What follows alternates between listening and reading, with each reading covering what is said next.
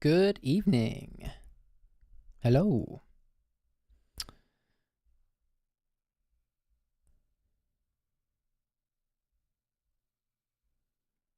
It appears my feed has frozen right out of the gate. Look at that. Stand by, guys. I'm going to fix this. Coming right back.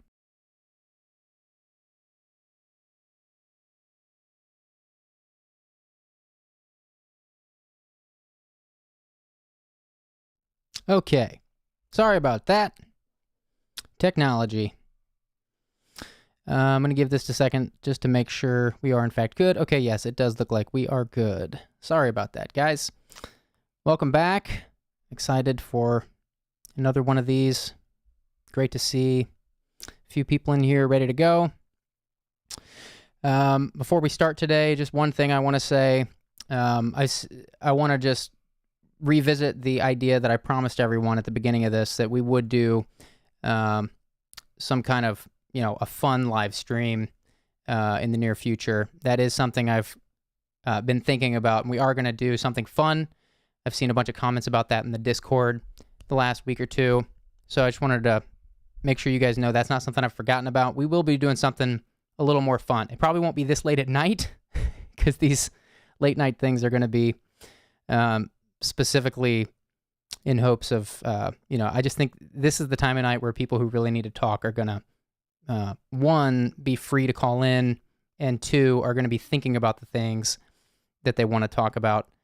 People tend to, get introspective later at night is my feeling. So that's why these are late at night. So we will be doing something fun. It probably will not be late at night like this, but it's not something I've forgotten about.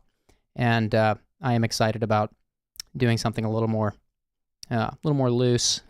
Actually, maybe loose isn't the right word. This is the epitome of loose. We'll do something a little more upbeat and fun. So that is coming. I have not forgotten. Thank you, Skadger, for that super chat. Okay, so with that being said, we're going to dive right in. You guys know the drill by now. So we have this number here for those who may be watching for the first time. Take a second. I want to just let people know, like, if this is your first time with us here, take a second to read the video description. Take a second to read the text on the screen. Everything here is there for a reason. We are trying to connect with people who really need to talk. We've had a lot of people calling in suicidal, people who've attempted suicide, people, going through less intense things than suicide, but still, very serious, things that they don't feel safe talking about elsewhere. And that's what this place is. It's a place to just kind of talk about stuff and be real. And the hope is that these things bring us together. I want to start today by reading a quote that Stephen Renfro from the chat shared last week. And I was reviewing the chat, and I didn't get a chance to plug it during the stream, but it's just such a beautiful quote. This is a quote by Henry Wadsworth Longfellow. Henry Wadsworth, rather, Longfellow. This was in the chat, and Stephen Renfro shared this in response to something I said, and I just thought it was such a beautiful quote, so I wanted to, on that note we just left on, I wanted to read this, and then we'll open up these phone lines. The quote is, "If we could read the secret history of our enemies, we should find in each man's life sorrow and suffering enough to disarm all hostility." And that's, in a nutshell, what this whole thing is about.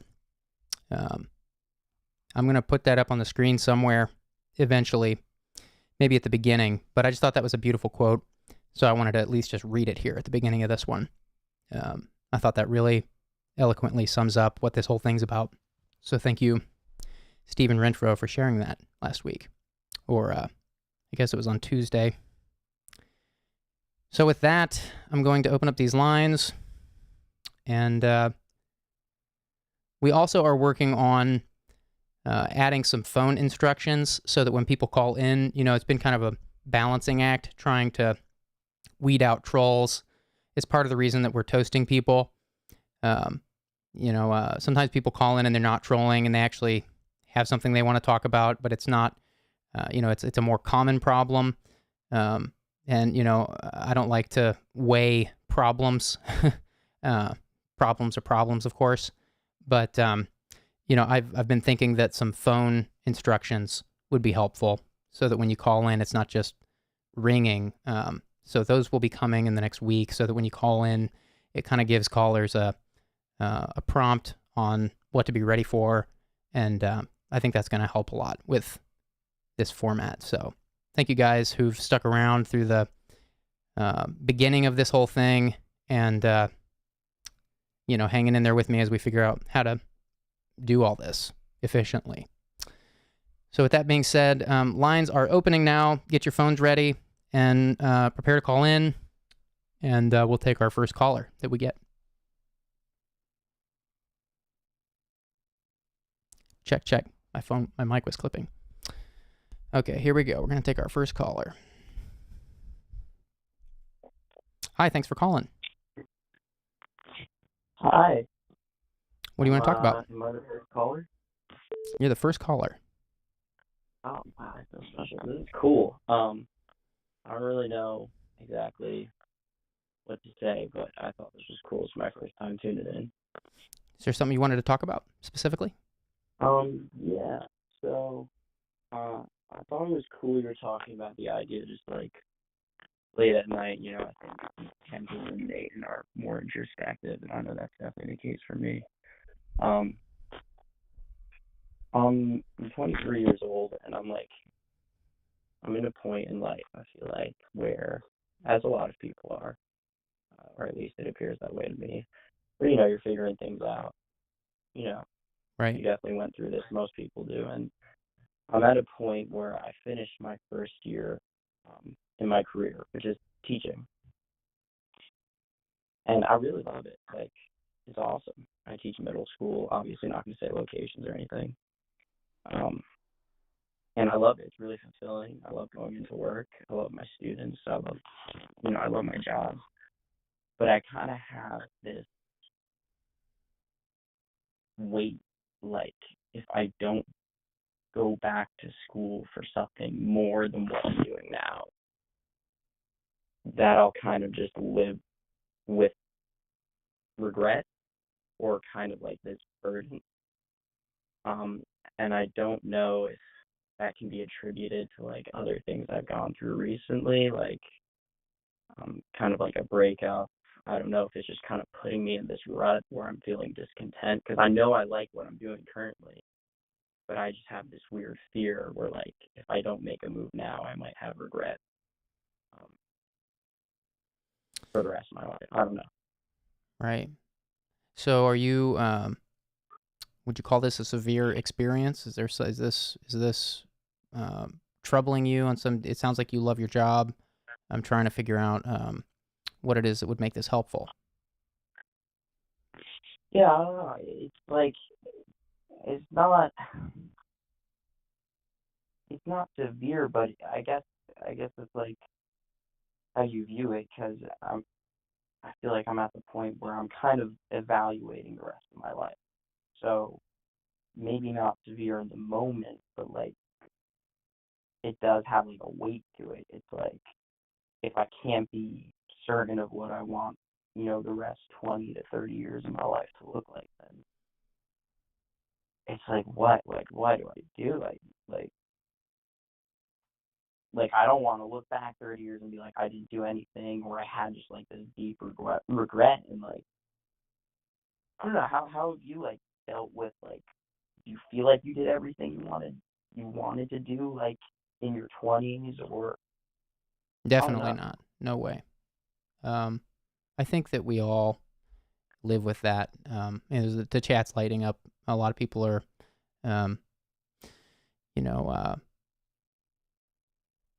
vibing off what you're saying and agreeing with you that it's relatable. I think that's a normal challenge we all face. I mean, time is finite. We live in a universe bound by time, space, and entropy, and those constraints are real, and what we do in life matters.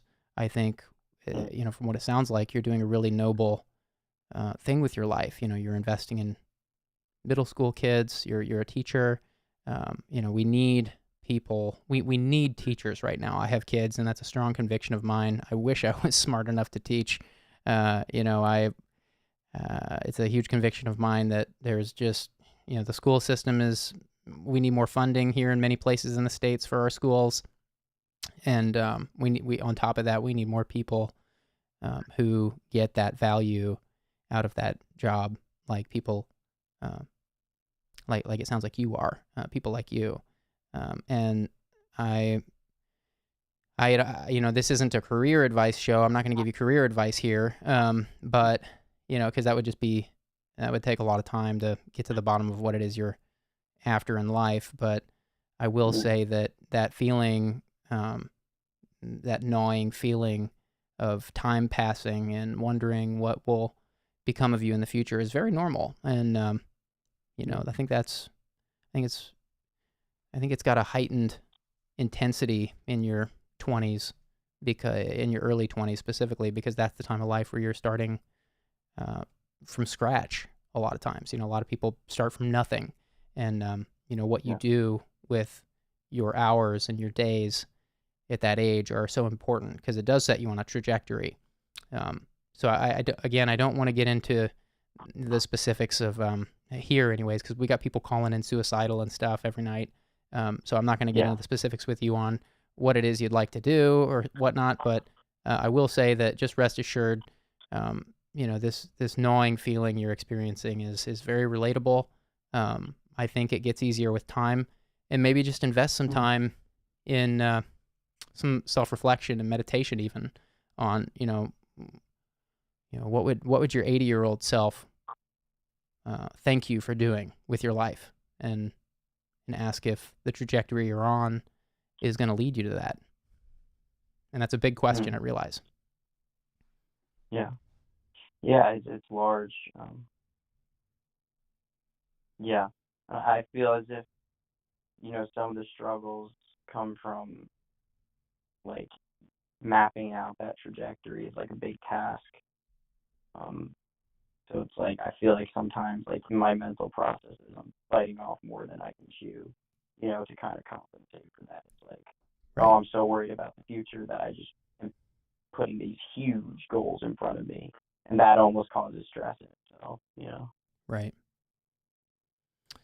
Yeah, I would say but like just go easy on yourself. This time is supposed to be hard. I'm always saying on this show, we get so many callers about your age saying, not exactly what you just said, but people feeling essentially the same dread of just not knowing where to go in life, what to invest in, what to, not wanting to live with a sense of regret. And, I hope it makes you at least feel better knowing that it's a very healthy thing to be feeling that at this age. And I think it's your brain's way of keeping you in check, making sure that and check isn't checkmate, check isn't game over. Check is just check. You're checking, it's a way to check in with yourself and say, this is a good time to check in with yourself and say, like, is this the trajectory for me? And we can't answer that here specifically, prescriptively, but I think it's great that you're asking questions like that. You don't want to get to be at the end of your life and living with a sense of regret. But at the same time, nobody finishes everything they start. Even Steve Jobs. Look at Steve Jobs. We don't know when life ends. That guy had everything, and single-handedly changed the entire world, and left sooner than he thought he was going to leave. And there's tons of stuff he didn't get to finish that he started. So, just know that I haven't. First of all, I haven't died yet, so I don't really know. But everything that you read on people, even like the most influential people, when they get to the end of their lives, they haven't done everything they want to do, and that's part of life. So I would say, like, maybe give yourself some grace, knowing that you're not going to get to everything in life that you want to get to, and use that as fuel to really invest in the things that you believe you should be investing in. And the more time you spend thinking about that, I think you'll find more clarity on that. Yeah, I appreciate that. That's helpful, and just kind of that reflection. And some things, it's just, I appreciate this show because it's just nice to hear someone verbalize things.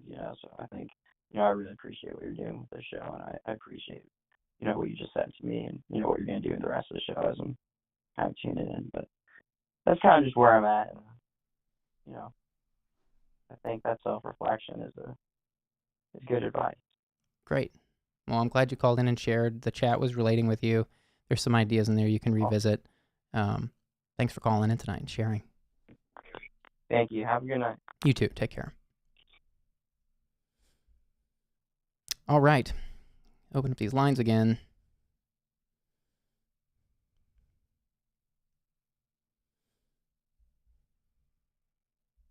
Going to take the next caller. Hi, thanks for calling. Hi. Hello. Oh my god, sorry.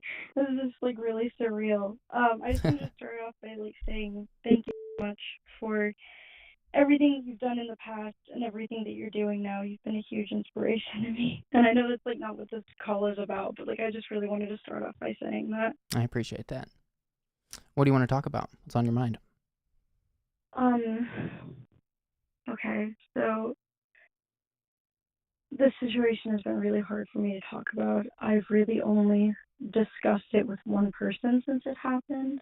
So this is going to be really hard for me to try and open up about. So I'm just going to see what I can do here. Yeah, take your time. No pressure.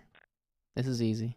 In September of last year, I started dating a guy, and I went into it knowing he was just getting out of a relationship and was having a really hard time dealing with that. And I went into it knowingly and knowing that I was kind of, in a sense, being a homewrecker. And I didn't think much of it at the time. But about a month into our relationship, he killed himself. Oh my goodness. And yeah, in the back of my head, I know that there's nothing that I could have done to stop it.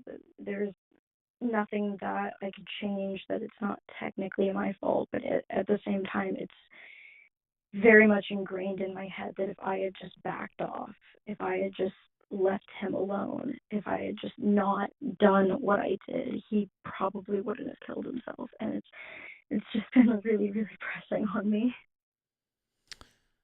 How old are you, and when did this happen? I'm 20, and this just happened in September of last year. He was 24. My goodness.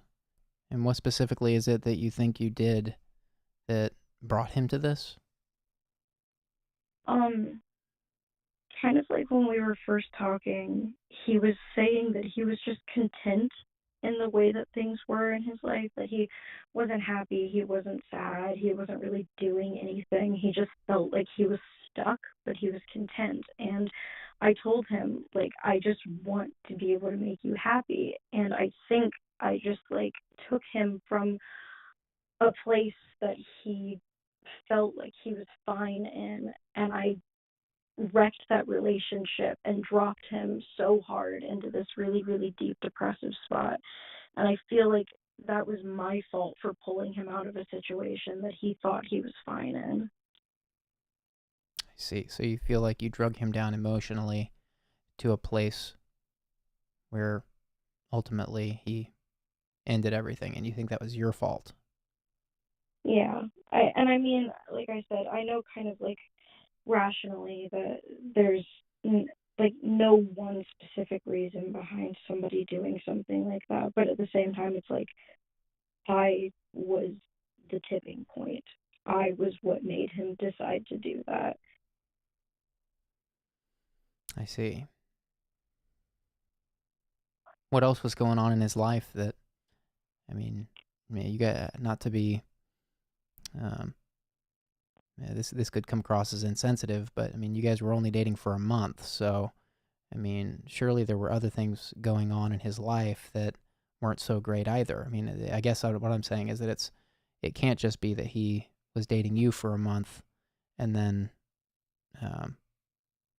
that was enough. Like there must have been something else going on, right? Or is that just totally wrong? No, I mean, there's always other factors. He was ex-military as well, I see. and had spent some time in Iraq and seen some really bad things. And the relationship that he was in at the time that we started talking was extremely toxic. He had tried to leave it multiple times, and she just simply would not let him. Um, and he was, like I said, just content with where he was in life. He didn't really feel like he was able to move in one direction or the other because he just felt stuck. Right. And yeah. A lot of people that come out of the military suffer from extreme PTSD. I know that doesn't make you happier knowing that your former boyfriend had PTSD. I mean, I would imagine that. I mean, I'm not trying to diagnose him knowing nothing about him, and I mean, I'm not even qualified to diagnose him, but I just have a bunch of family who have been military and have suffered from PTSD, and it's a very serious, very tormenting, and misunderstood thing that people deal with. So, I mean, it sounds like I mean, I asked you what else was going on, and you said military, so that's why I'm making that leap. But, you know, I guess I'm just trying to comfort you and console you that, you know, it sounds like your former boyfriend had a lot he was wrestling with. That's really hard to hear. How are you feeling?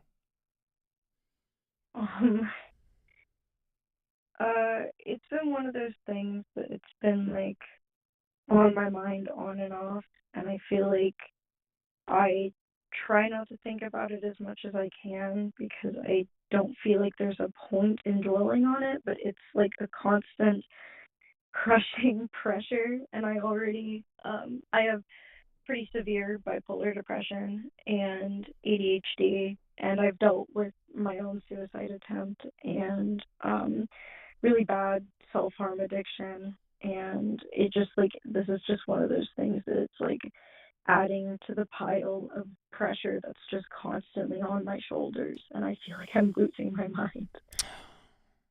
When did the self-harm start? Before or after your boyfriend took his life? It started when I was about 13, and it's been on and off since then. I actually just a few days ago hit 5 months clean, which is a really big step for me because it's been a very, very long time since I've been this clean. Great. I'm so sorry to hear you started doing that so young. I mean, what caused you to start doing that at that age? That's really young to be wanting to hurt yourself. I dealt with a lot of bullying growing up, and especially because I was very different, and at the time undiagnosed with ADHD. I wasn't diagnosed until I was like 19.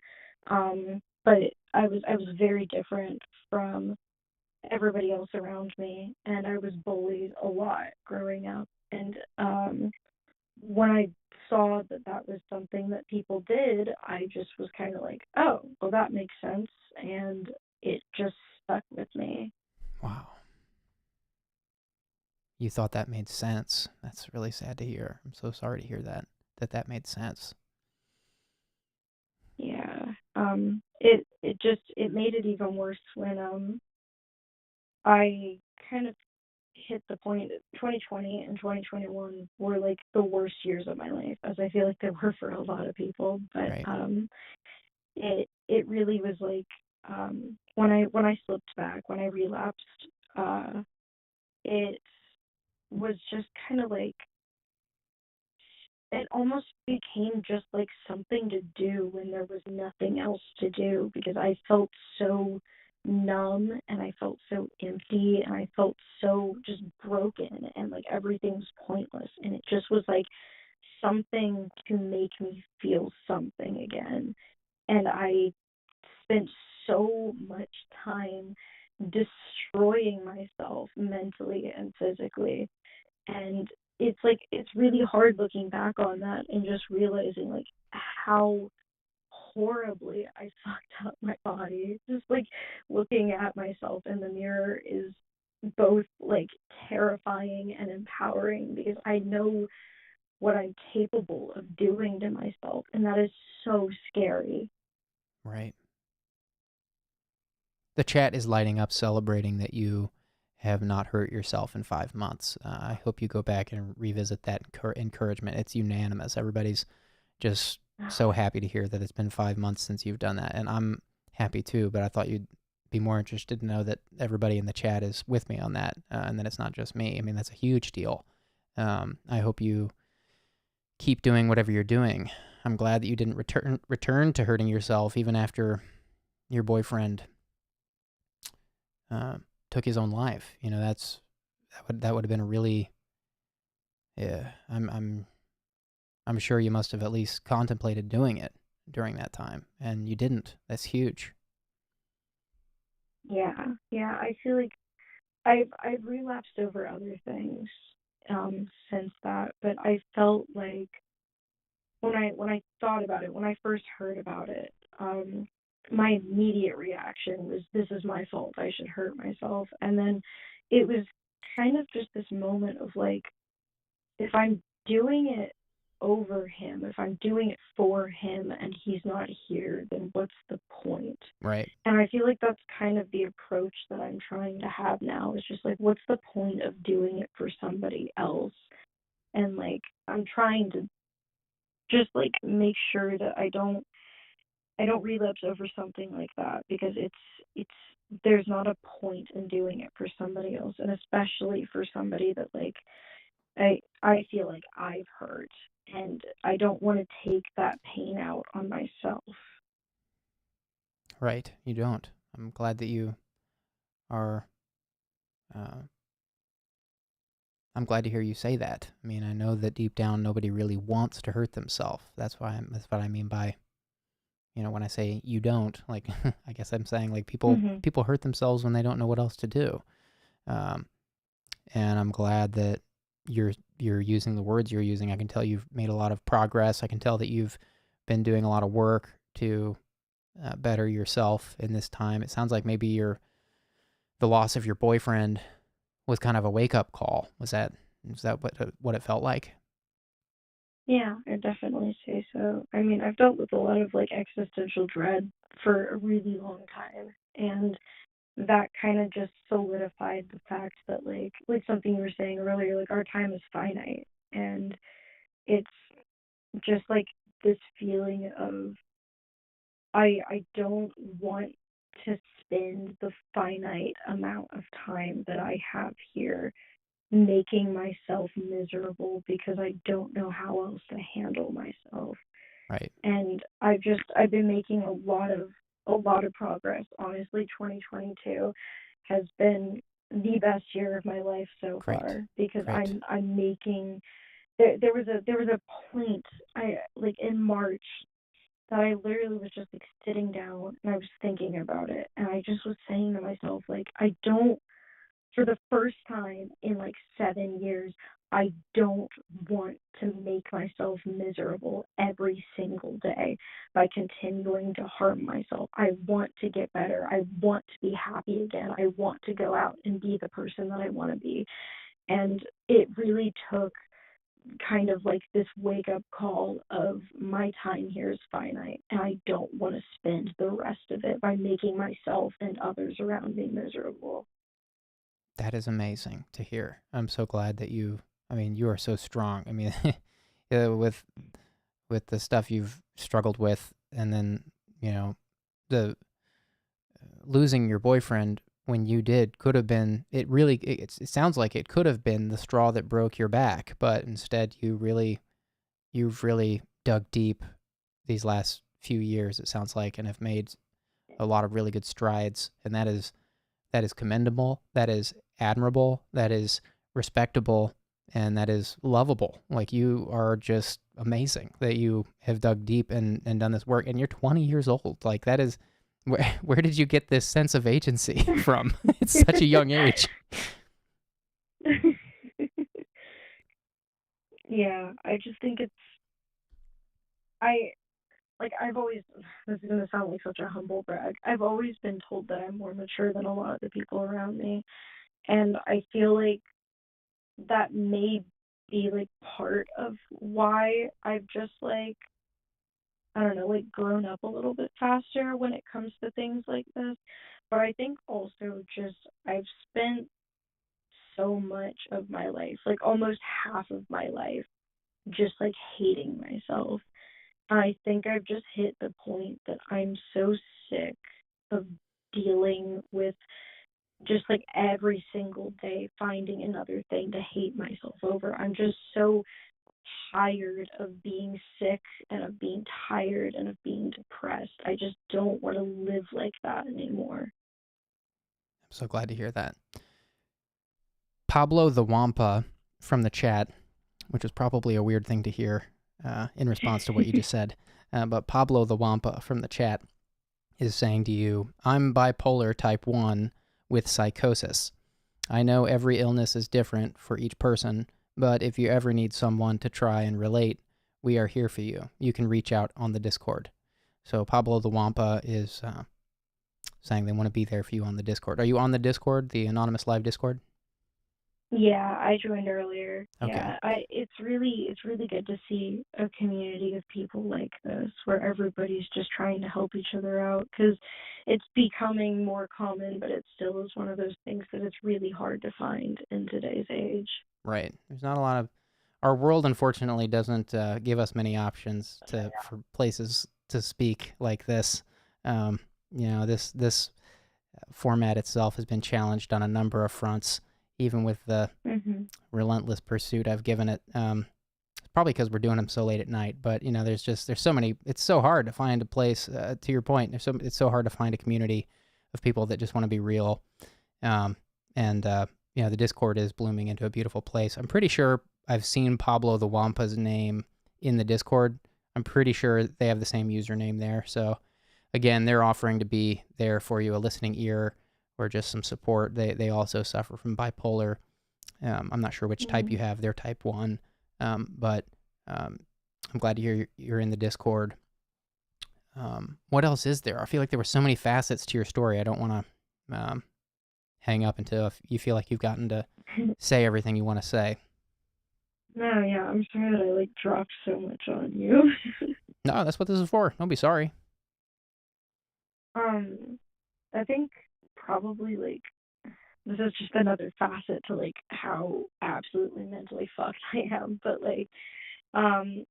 something else that I struggle with is I'm quote unquote in recovery from an eating disorder. It's something that I struggle with every day, and it just was only amplified by my boyfriend ending his life, because at that time I was just kind of wanting to change who I was.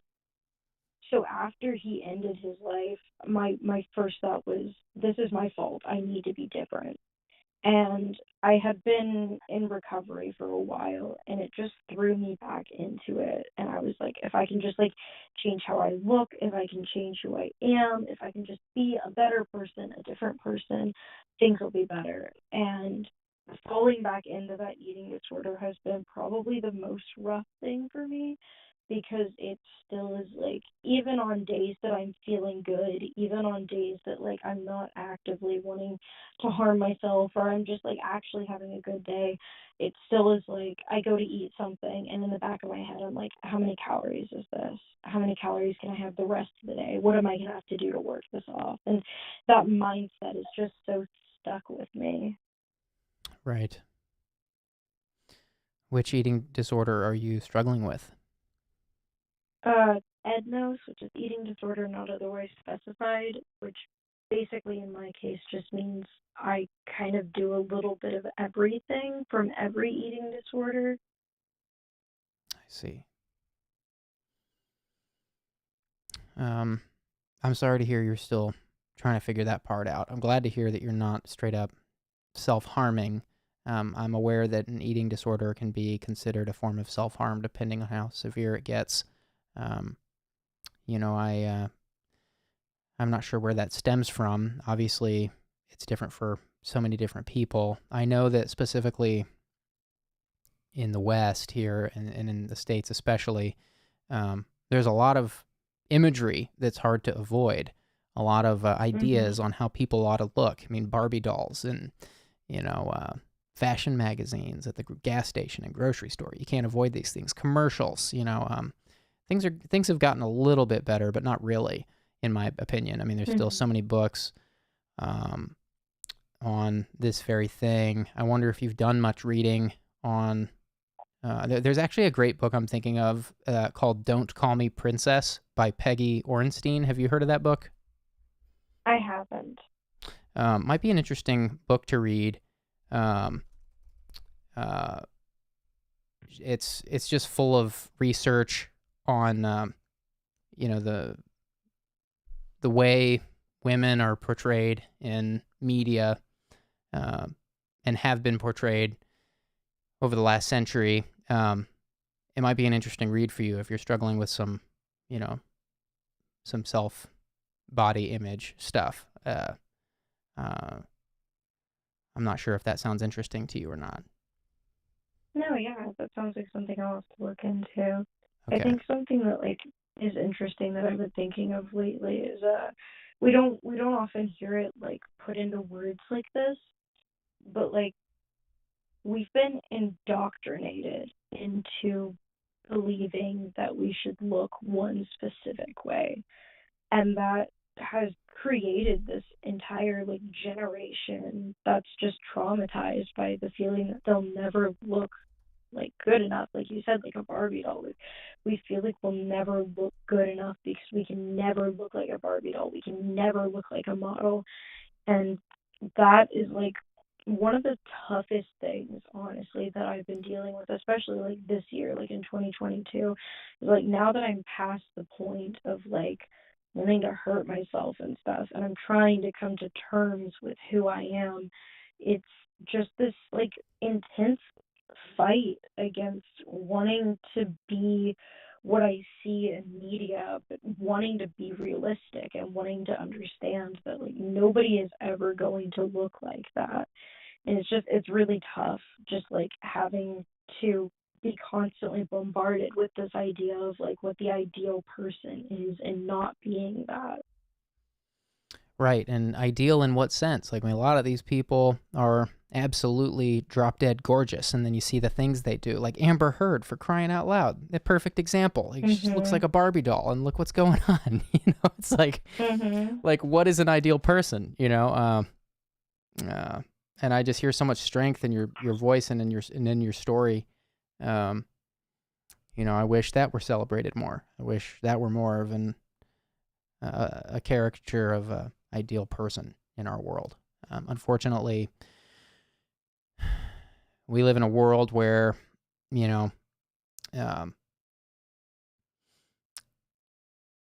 markets solve our problems, meaning, we sell goods and services and products to people who have problems. And in advertising, it's presented as a problem if your face doesn't have a certain symmetry or a certain configuration, if you will, and it's, how does a makeup company sell makeup if they don't, this is just this is the world we live in, and I really, my heart breaks when I hear stories like yours, because it's a huge virus, how do we deal with things like this? The answers aren't simple. But, we definitely need more representation in the media for different types of people. I think things have gotten a little bit better with diversity, but, I'm glad that you've taken that on yourself and are aware of the things you're struggling with and are able to articulate them. And, you've stopped hurting yourself. So I have hope that you are going to figure out the eating disorder stuff. I think that seems like a smaller fish to fry. I could be totally wrong, but it seems like a smaller fish to fry than, physically hurting yourself. Yeah, I mean, I guess in my case, I would definitely agree with that. It's The self-harm was definitely an addiction, and I know that eating disorders can be just as addictive, but I think I'm also more aware of the fact that it is still harmful now. Um, I think that's helping, but just like it's one of those things where it's like as soon as I start to feel good about how I look, as soon as I start to feel okay with my body, it just like it just reminds me of the fact that like there are people out there who don't constantly fantasize about like getting plastic surgery, and they don't like look up the costs for things like that, Right. and they don't have to worry about like, oh, is like this photo going to make me look fat if I don't suck in, and they don't have to like constantly just worry about like how much they're eating and what they're doing, and just like that brings me down because I feel like I'm putting myself at such a disadvantage in life because I'm so hyper focused on these little things that in the end mean absolutely nothing because it doesn't change who I am by how I look.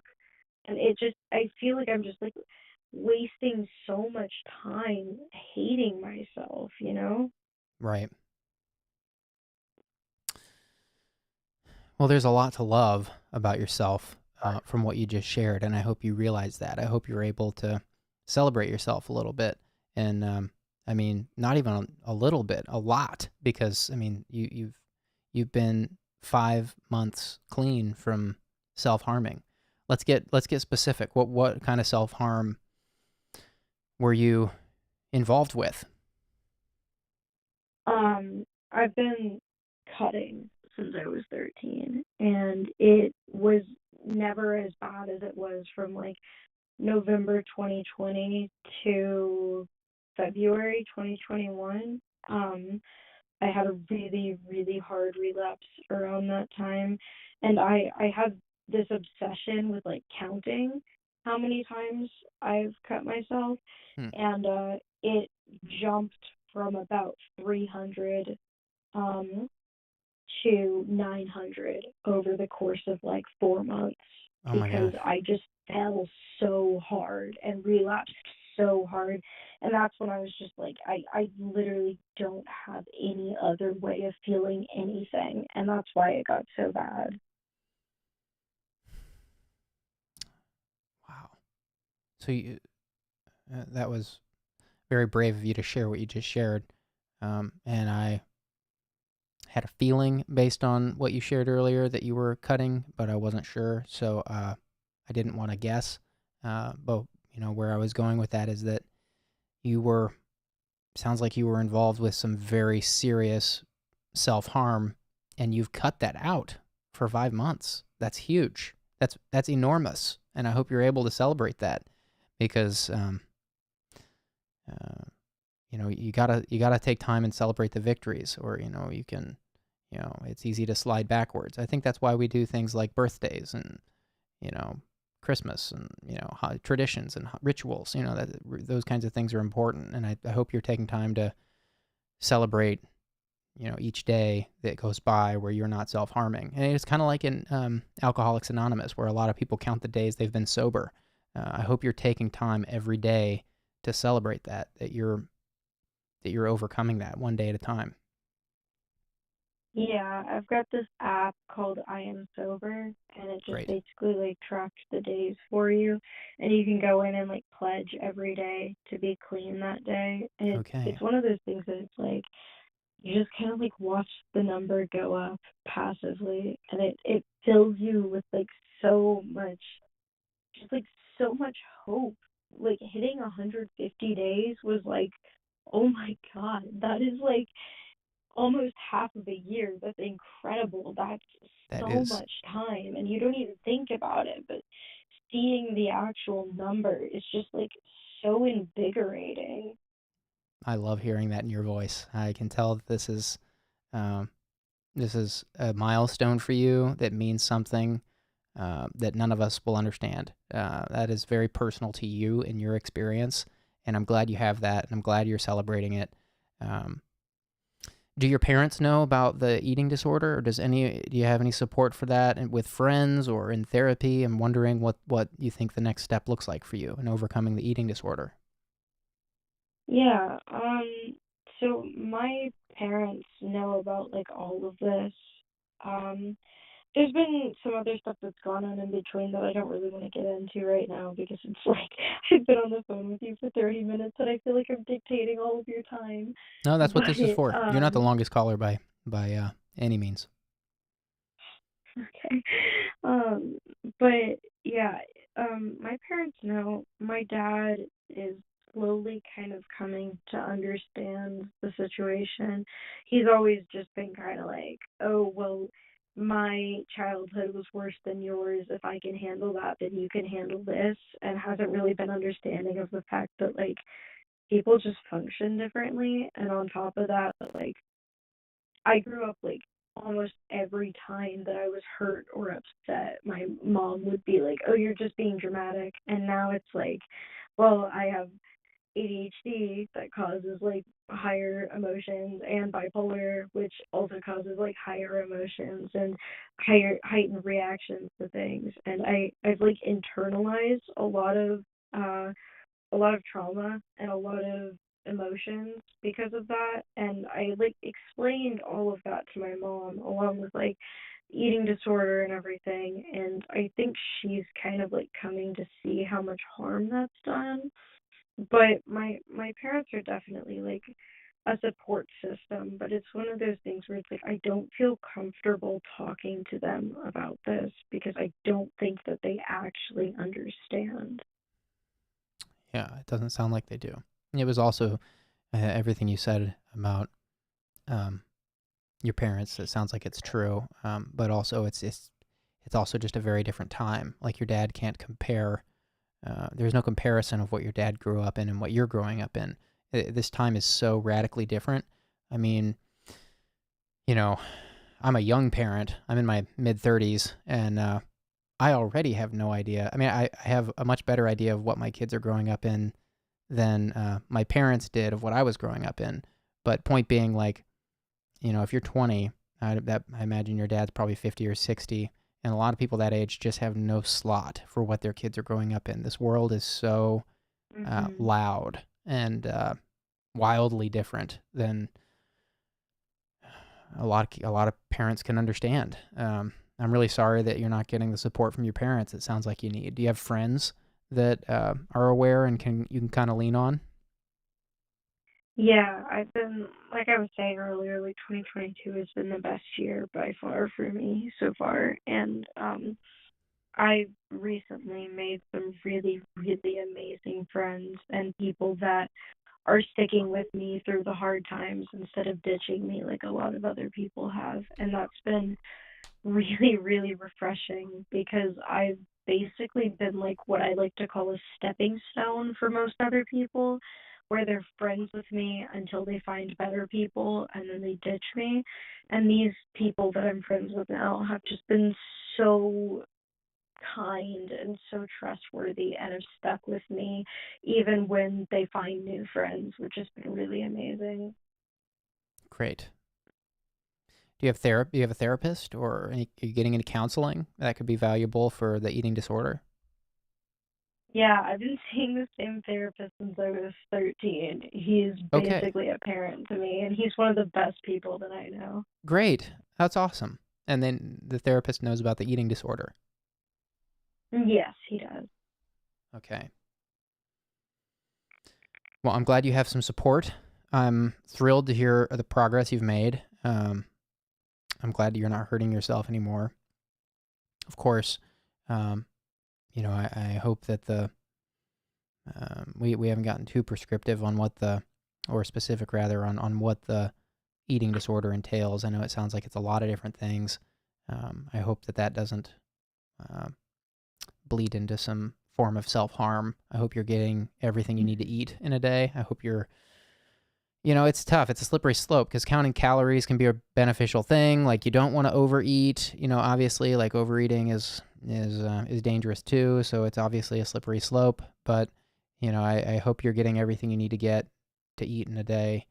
Um, I'm glad to hear. It sounds like you exercise. I mean, you mentioned that earlier that when you eat something, you think, what am I going to have to do to work this off? So I would assume exercise is a part of your life. Is that right? It used to be a lot more than it is now. I used to figure skate, and I would use that as definitely a way to like help reduce some of the calories that I'd eaten. Now I'm kind of like I haven't skated in a while just because of COVID and everything, but I've found other ways to exercise, just like even if it's just friends taking me to the gym, because I go to college and I live on campus and our rec center is right here. So I go there with friends. I normally need somebody to encourage me to actually do it now, instead of trying to do it as like a punishment. Mm-hmm. So it's a weird mix of like if I do go, I have to be conscious of not pushing myself too far, which is why I normally like to take people with me. I see. Well, you have a lot going for you. I don't know what the end road looks like for you out of the eating disorder stuff. I mean, I'm glad that you have therapists that you like. I feel like that person is going to continue to be a valuable resource for you. I'm glad that that person was with you through the self-harm, and it sounds like they really helped you. It sounds like you at least got something from them if you've been clean from that 5 months. So I have faith that, this person can also help you see the eating disorder through to the end. I'm really glad you called in and shared. There's a bunch of love going out to you in the chat. Also, some ideas might be worth revisiting. And so, yeah, it might be worth revisiting the chat after the call here. And, of course, the Discord will also be great. And just as a reminder, Pablo the Wampa wanted Mm-hmm. to wanted you to reach out. Mm-hmm. Yeah, thank you so much for this and just for everything that you've been doing, like since you started your channel. Like I said, like your videos have been a part of my life for a very, very long time, and something that like I still revisit and I still quote from and I still show to people like to this day, because you've been such an impact in my life, and I am so happy to see that you're continuing to do amazing things with the platform that you have. And it's just I'm so thankful for you still being amazing and still doing what you're doing after all this time.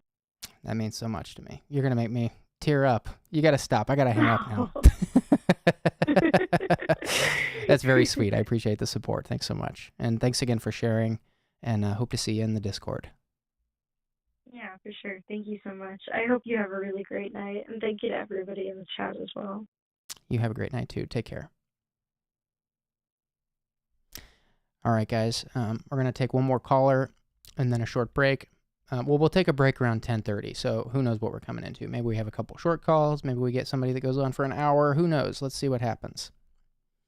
Hi, thanks for calling. Hello? Hello. Hi, thanks for calling. What do you want to talk about? Hey, so, no, sorry, I've just been watching the chat for a while, kind of just been working up the, sort of the nerve, I guess. I've never really done something like this before. So what I wanted to talk about is,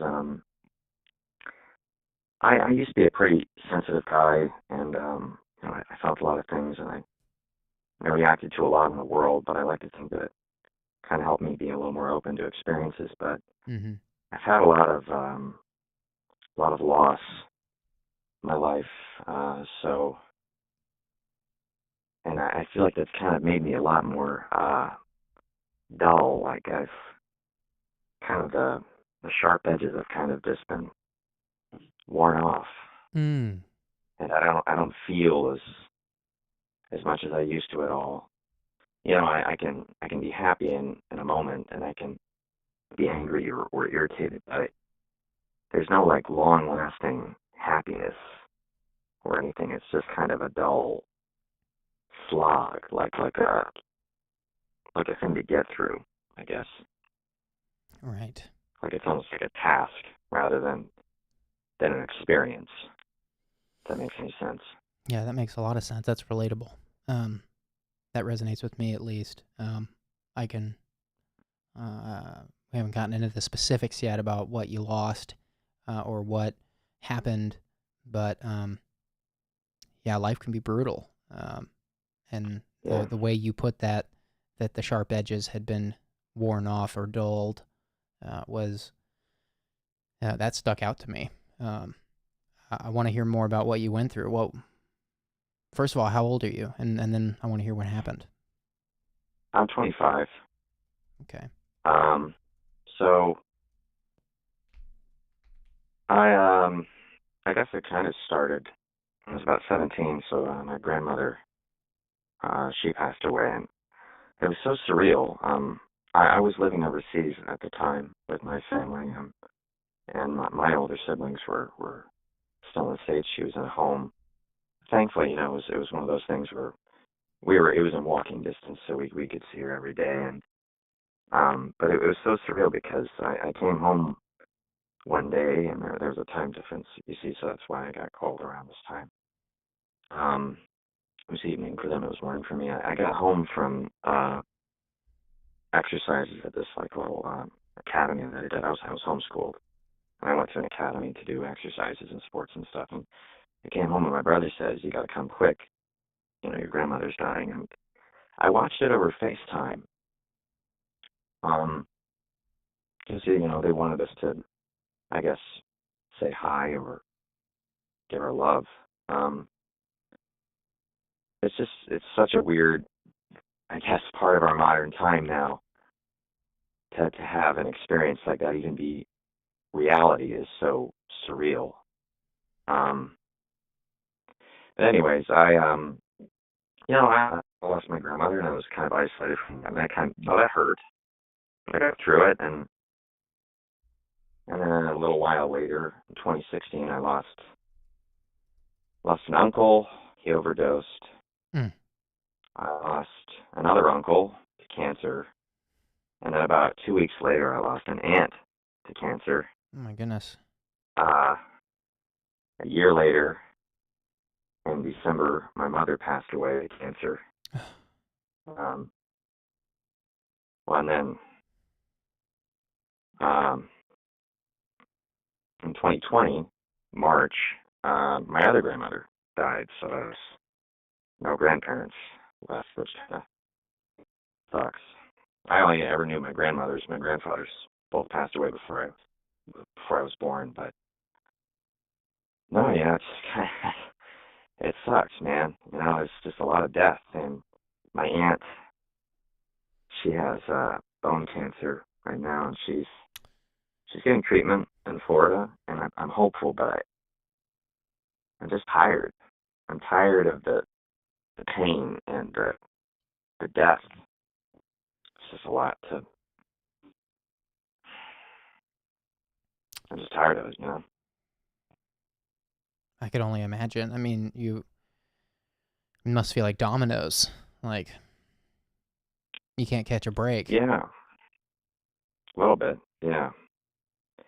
Well, it's like kind of like I was a bit of a, more of a like a late bloomer, I guess you could say.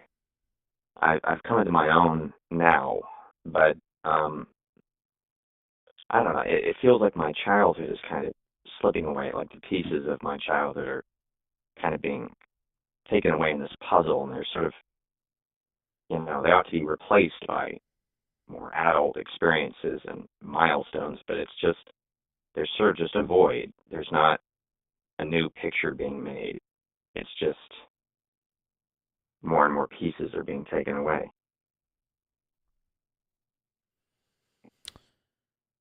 Yeah. And at first it hurt a lot, of course, and my mother especially, that hurt the most. At first I felt a lot, and it was so sad. It's like you hit a wall, and it's just overwhelming grief. But after a while, you kind of learn to process it, and you learn to deal with it, and then give it enough time, feel a whole lot. So I'm kind of at that point now, I guess, where it's almost like an unhealthy acceptance, like, the 5 stages of grief. Like it's an unhealthy version of that, I guess you Right. could say. So for how long would you say you've been in this desolate place, this hopeless place, feeling this way? I mean, it sounds like there's a lot of loss that's happened in your family, and I don't know. I only know vaguely when certain people that you mentioned passed. I mean, has this been going on for years, or did you lose everybody within like a year or two? Or, I mean, how long has this been going on? So like 2013, my grandmother passed.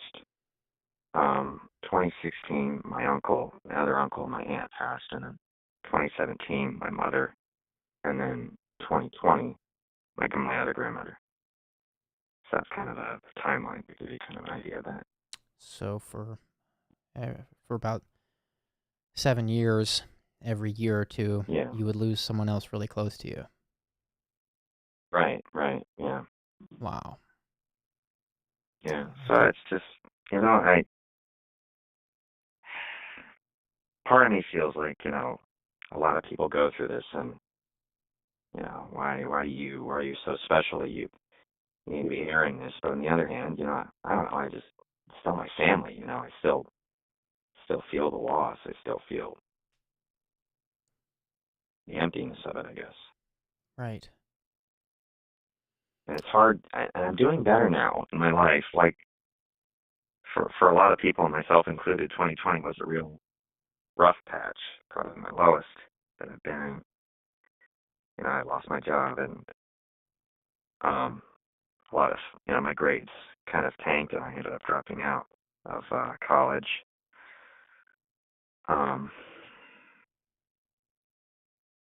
But I'm doing better now, but I can't seem to feel better, even though I'm in a stable place, and my family's close by, and I'm moving on to better things, and I'm going to be moving to a new state soon. Okay. Like, things are looking up, but I just can't seem to feel positive about it. Like, the feeling is not there. I don't know. Well, you're in a what I'd call a bowl of spaghetti, because you're dealing with the loss of all these different people, and some of them I would imagine were closer than others. I mean, you mentioned your mom. I would imagine that one hurt probably the Yeah. most. You mentioned your Yeah, grandma. that's definitely the worst. I'd imagine that one's pretty hard. You mentioned a couple uncles and an aunt. I don't know how close you were with those, but I'd imagine there was kind of, each of those losses meant something very different. And I can imagine that is a lot to, I mean, you've dealt with so much loss at such a young age. And then, also in this bowl of spaghetti is the fact that you're in your mid-20s. And Yeah. that's a dreadfully confusing time. And I hate to hear that you're dealing with all of this loss in a time that's already so confusing on its own. I don't know if it helps you to know this, but, part of the thing that you're describing sounds par for the course for being in your mid-20s. A very small part of it. So I'm only saying that. I'm not saying that you shouldn't be sad about what you've lost, because you do need to take time to really feel those things. I mean, you got to let those things out. Maybe you're not done grieving that yet. Maybe that's a big reason. Maybe that's a big part of the reason why you feel dull and you don't feel anything. Right. Don't let those things stay cooped up inside of you. Do you have someone that can be with you as support regularly to process those feelings, and just somebody that you can be like, I'm a mess today, I'm going to cry, but I just need to be with someone. I don't want to be alone. Do you have somebody you can be that candid with? Yeah, so I'm going to be moving in about a month, but I mean, I do have a good friend that I'm moving in with, and I mean, I can call my family anytime, thankfully. That's good. So they've always been close. So I do have support, thankfully. That's it's pretty helpful, I guess. Yeah. Yeah, and then Yeah. to get more specific about what you're feeling, you know, again, a lot of what you're feeling is just going to take time. A lot of what you're Right. feeling is probably developmental. Um, I don't know Mm. where you are in life, or if you've do you have a career? Is your life is your life being built in a way you feel good about? What's your personal life like? I would say yeah. So work is doing better. Okay, so you have some. Personally, I guess I'm not quite where I'd like to be. Um, That's okay.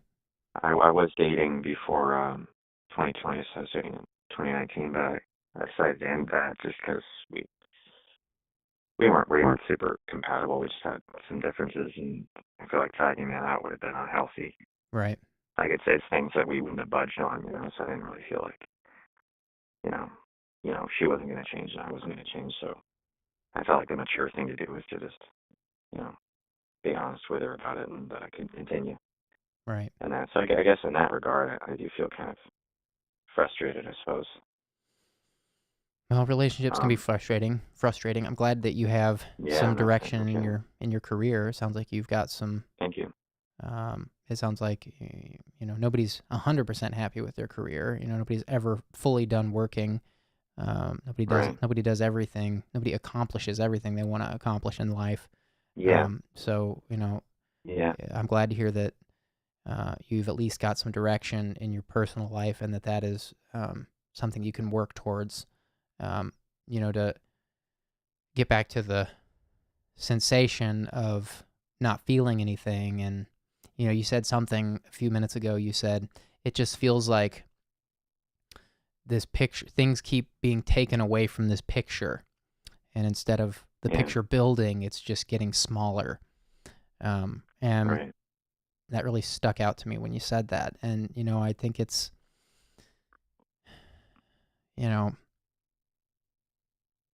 what I thought of when you said that is, you ever seen one of those card tricks where the Hmm. magician is, they go through this rigmarole, and they're gonna have you they have you pick a card at the beginning, and then they're gonna magically draw it out at the end, and they're gonna reveal the card you've chosen at the beginning.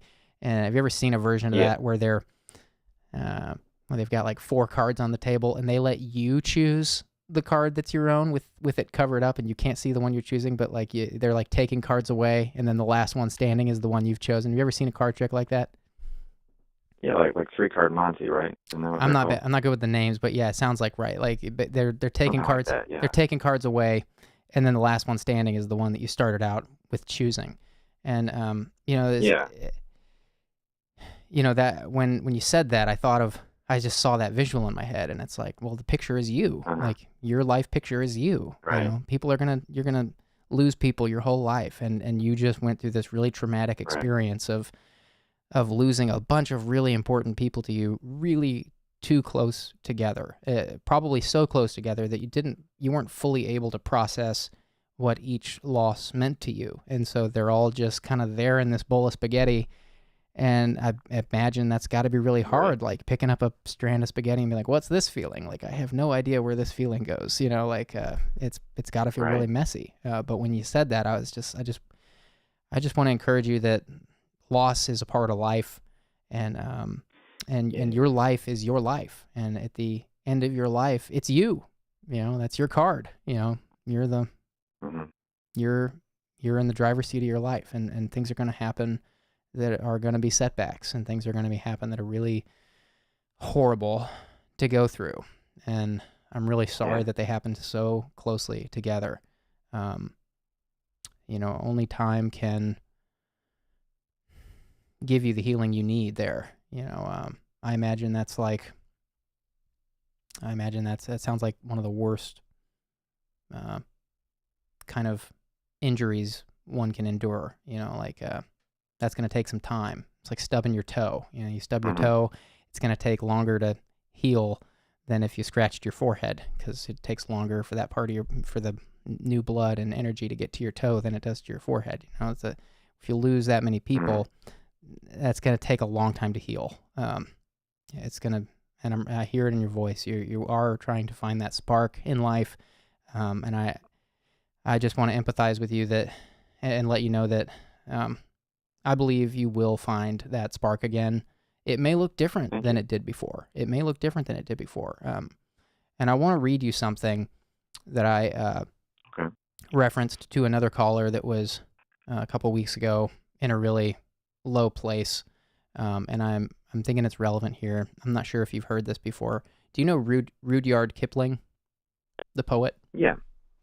Are you familiar with their poem "If"? A little bit. It's been a while since I've read it, but I'm somewhere where that Can I read it to you? it's yeah, absolutely. Go ahead. Okay, this is "If" by Rudyard Kipling. If you can keep your head when all about you are losing theirs and blaming it on you, if you can trust yourself when all men doubt you, but make allowance for their doubting too, if you can wait and not be tired by waiting, or being lied about, don't deal in lies, or being hated, don't give way to hating, and yet don't look too good, nor talk too wise. If you can dream and not make dreams your master, if you can think and not make thoughts your aim, if you can meet with triumph and disaster, and treat those two impostors just the same, if you can bear to hear the truth you've spoken, twisted by knaves to make a trap for fools, or watch the things you gave your life to broken, and stoop and build them up with worn-out tools. If you can make one heap of all your winnings, and risk it on one turn of pitch and toss, and lose and start again at your beginnings, and never breathe a word about your loss. If you can force your heart and nerve and sinew to serve your turn long after they are gone, and so hold on when there is nothing in you except the will which says to them, hold on. If you can talk with crowds and keep your virtue, or walk with kings, nor lose the common touch, if neither foes nor loving friends can hurt you, if all men count with you, but none too much, if you can fill the unforgiving minute with 60 seconds worth of distance run, yours is the earth and everything that's in it, and which is more, you'll be a man, my son. Now, it's a really old poem, and it ends on this note that it only applies to men, but I think it's just this beautiful thing that applies to anyone. And that poem has meant a number of things to me over the years. And it's helped me to revisit that at certain times in life. It's just this, to me, that story. Thank you for reading it. Right. Yeah. I'm glad that I hope it meant something to you. To me, it reminds me of the story of Job. I'm not sure if you're familiar with the story of Job from the Old Testament. No, yeah, absolutely. Yeah, that story is, this poem is all about loss, and that story of Job is all about loss. And, right. When we're going through things we don't know why we're going through, those two things really stick out to me as helpful things to revisit. So hope I didn't waste your time, but I just thought that might be nice to read. No, absolutely. No, thank you. So what would make this helpful? I'm not really sure what it is that would make this a good call. I'm glad you shared. The chat is sending a bunch of love that might be worth revisiting after the call. But what would be helpful? I don't know. I guess it just helped me to get it off my chest, I suppose. I've talked to family about this sort of stuff, and there was a time when I saw a therapist briefly. I kind of been a little suicidal back then, but well, I mean, I wasn't suicidal after talking to her for a while, so that made some progress there. I suppose you'd say. I guess tonight it's just been helpful to get off my chest and sort of talk about things. I'm glad to hear that. Are you in the Discord with us? I'm not. The Discord might be a great place to just continue. I mean, a lot of people, there's many channels in there. Yeah. Some channels are places to just go get things off your chest, and the other users are really active in those channels. And then there's other places just to hang out and watch things together, and people are using that all kinds of ways, and we're adding new features to it all the time. So it might be a great thing for you to check out if you're looking for people that just want to be real. Right on. Right on. The link is in the video description, and the mods are putting the link in the chat too, so it should be fairly easy to find. Great. I'm glad to hear it. And I know the previous caller kind of talked about it a little bit, but I also have been a fan of yours for many years, and I appreciate how you've managed to stay interesting. You know, there's so many content creators, but there's very few content creators, and I mean this, very few content creators who have managed to be truly interesting, and you're definitely one of them. That means so much to me. I appreciate that, and I appreciate your support over all these years. It's been so awesome Absolutely. getting to. Thank you. Yeah, this format is so atypical from anything I've done. It's also probably atypical for YouTube in general, based on how many of these videos are getting demonetized. but I, it's just been such a meaningful thing to the core group that's here are all very dedicated, it seems, and the support means a lot to me, and it's been great to connect with people like you on these calls. Absolutely. So thank you for calling and sharing so vulnerably. Yeah, absolutely. You take care. Take care. Call back anytime. All right. Bye-bye. Bye. Okay, guys, we are going to take another caller. It's not quite 10:30 yet, so I'm going to open up the lines here, and depending on what we get into, I may put the next caller on hold in the middle of the call. So I'm just giving that disclaimer now. Hi, thanks for calling. Hello. Hi, what do you want to talk about?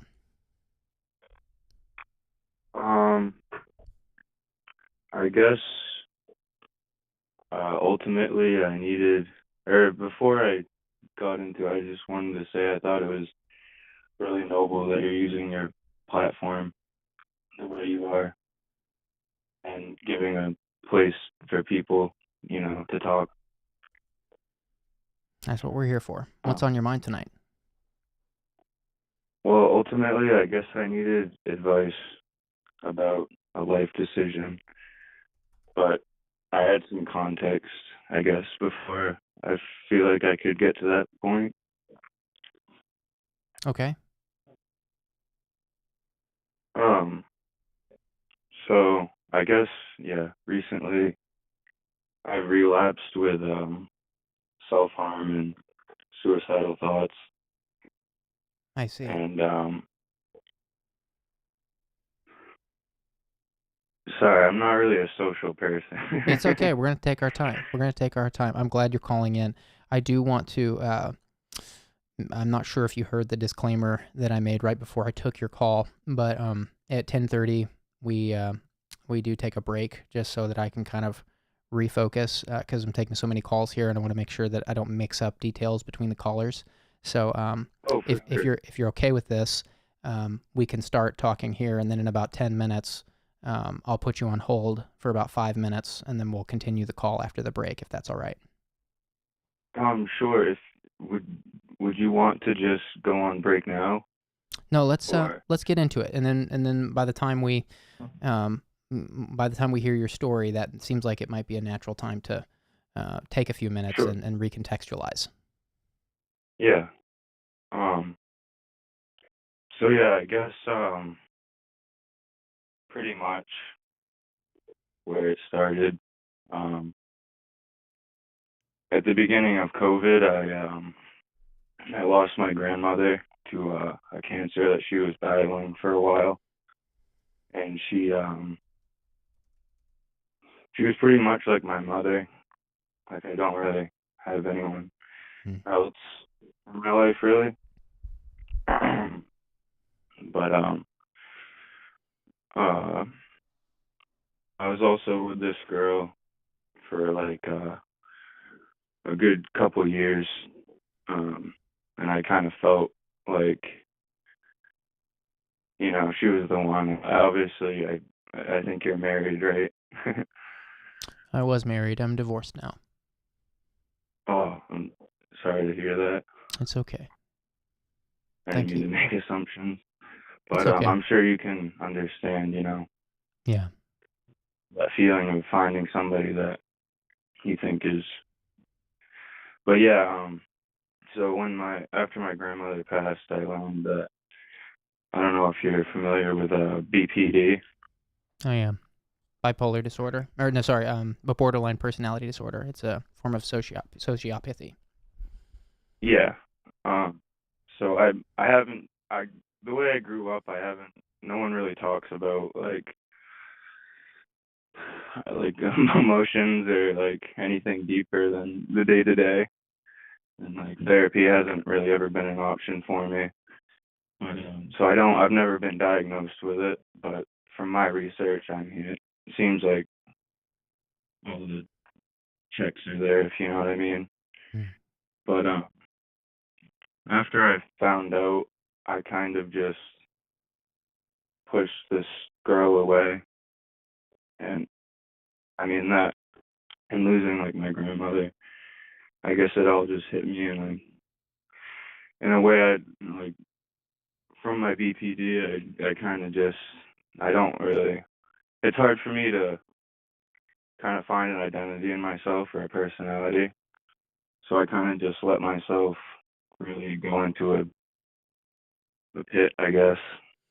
I And I see. pushed this girl away, and we ended up breaking up, and it it got physical, and I broke up with her because I didn't know the relationship was just getting really horrible and toxic, and we both still loved each other, but we couldn't keep doing that to each other. So Right. um, yeah, we ended it, and it got physical, and then What do you mean by it got physical? uh, Can you we be took. specific? Sorry, what was that? How physical did it get? Um, I just she said something, and I'm not a physical guy, but I snapped, and I just took her by the shoulders, and I put her outside my house that we lived in. I see. But it's just something you can't undo. Right. And but we took time after that to just kind of think about things, and we ended up having like a physical relationship for a good like 6 or so months after that. And she would come to my house and visit me and be there for me because I just can't really like I don't like I said, I'm not a social guy. I don't really talk to people, but she just kind of is. She still is like that person that gets me, and I can talk to, and just don't feel alienated around. How long were you guys Um, together? what was that? How long were you guys together? I believe probably about 3 years. Okay. Yeah. We started dating after a year after I graduated, and she was a year older than me. And then we broke up, I think, 2020. And you miss this girl, or you're just making some, you're trying to make some new decisions because that didn't end well and you don't want that to happen again? Or I'm trying to understand what would make this a helpful call tonight. Or is it that you wanted to voice the BPD stuff and maybe get some ideas? What of these is would be helpful? I've had a lot of time to kind of think about my BPD and um, learn how it affects me and be able to prepare for the switches and prepare and just be able to understand, like, I guess just have the mental intelligence to know like how I tick. And I guess basically I felt like I could fix myself and maybe get back together with her, but just the fact that it got physical really muddies everything. Right. And like I said, we had a physical relationship for a long time, and but then she told me that she wanted to, in order to heal, and I completely understand that we needed just space from that. to be able to move on. And she was at my house about a week ago, and like I said, we've gotten close. Still, we're still like friends. And I was on her phone, and I ended up seeing like news of another guy on her phone, and I guess ultimately I just need to know. That's basically what made me relapse, I guess, into the self-harm and suicidal thoughts again. Right. Have you attempted suicide or just having ideation? I've come pretty close many Okay. times. I don't have really anybody around me, so it's kind of like, I don't know. I've never been hospitalized for it or anything, or actually made an attempt, I guess, now. How old are you? 23. 23. You're young to have gone through so many things like this, to be dealing with suicidal ideation and self-harm and being aware that you are suffering from BPD. Sounds like you've learned a lot about yourself in these last, in these, I guess I should say, these first years of adulthood. You've learned a lot about yourself. Yeah, Do you, definitely I've been able to heal over the last couple years. do you have a therapist that is supporting you with the BPD and the self-harm and whatnot? No? I don't really have the problem with the advice I need is to decide if I need to basically just say goodbye to this girl. But I'm scared too because, like I said, she's really the only person that I'm able to be myself around and talk to. And Right. Well, it's really hard to say. I mean, I don't want to mess up your life. I mean, this isn't a relationship advice show, obviously. I just, like I said, I just wanted advice. Yeah. Something to think about. I would say, I just want to put the weight on you of that. From what I'm hearing, you guys broke up, and then some things have rekindled, and then you saw some racy photos on her phone of another guy.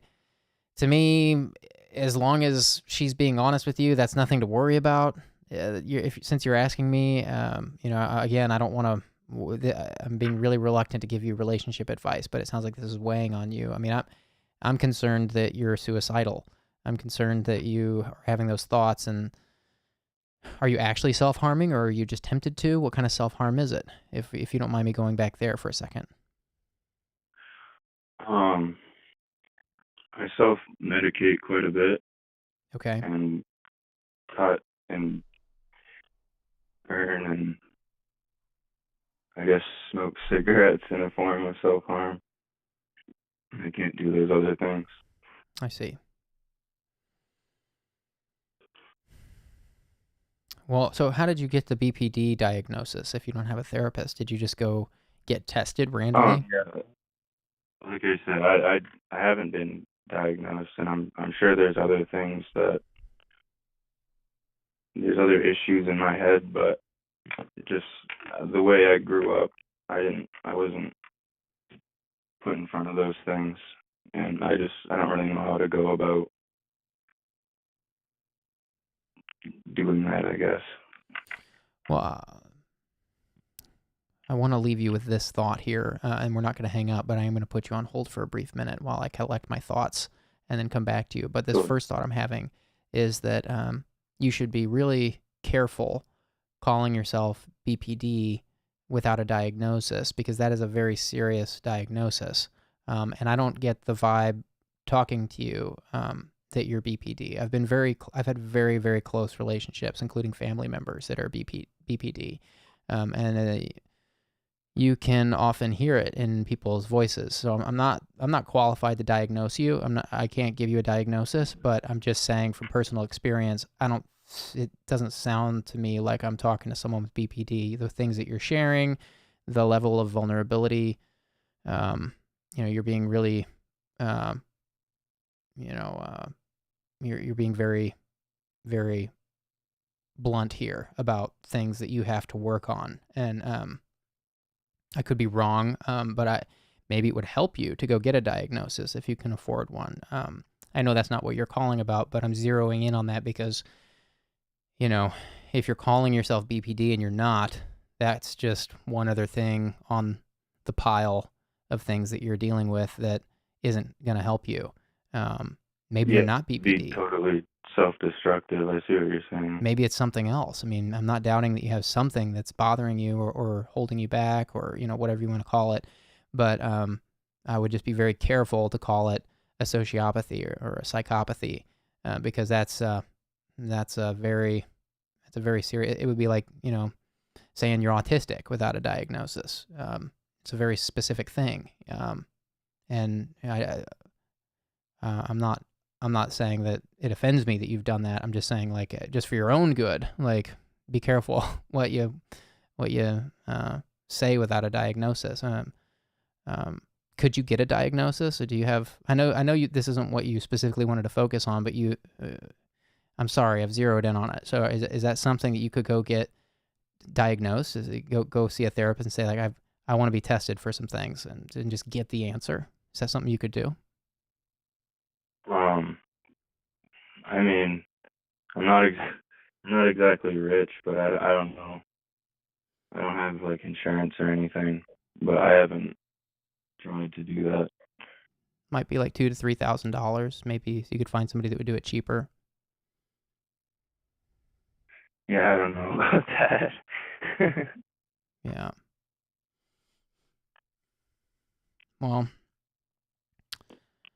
so to recap, before we take our break, we have a caller, if you're just joining, who has been suffering from some self-harm and some suicidal ideation.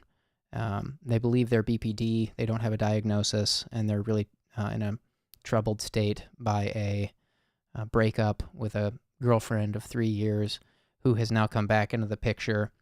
But it seems that it's a complicated picture because the former girlfriend is back, it seems, but it also seems they've been seeing other people. And we're just trying to hear this caller and just hear their story. And they're sharing very candidly. And to you, the caller, again, if you don't mind holding with me here for 5 minutes while I take a quick step away, I'll leave you here on hold, and then we'll pick right back up where we left off. Is that all right with you? Yeah, I don't mind at all. Okay, we're going to go into intermission for about 5 minutes, maybe a little bit less. Thank you for holding, and we will be right back with you.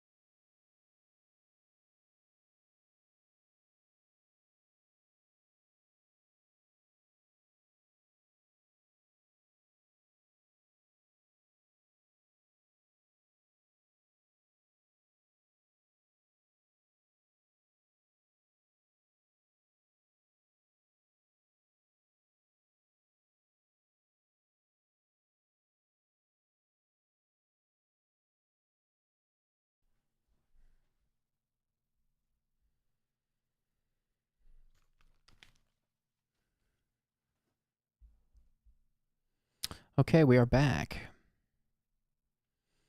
And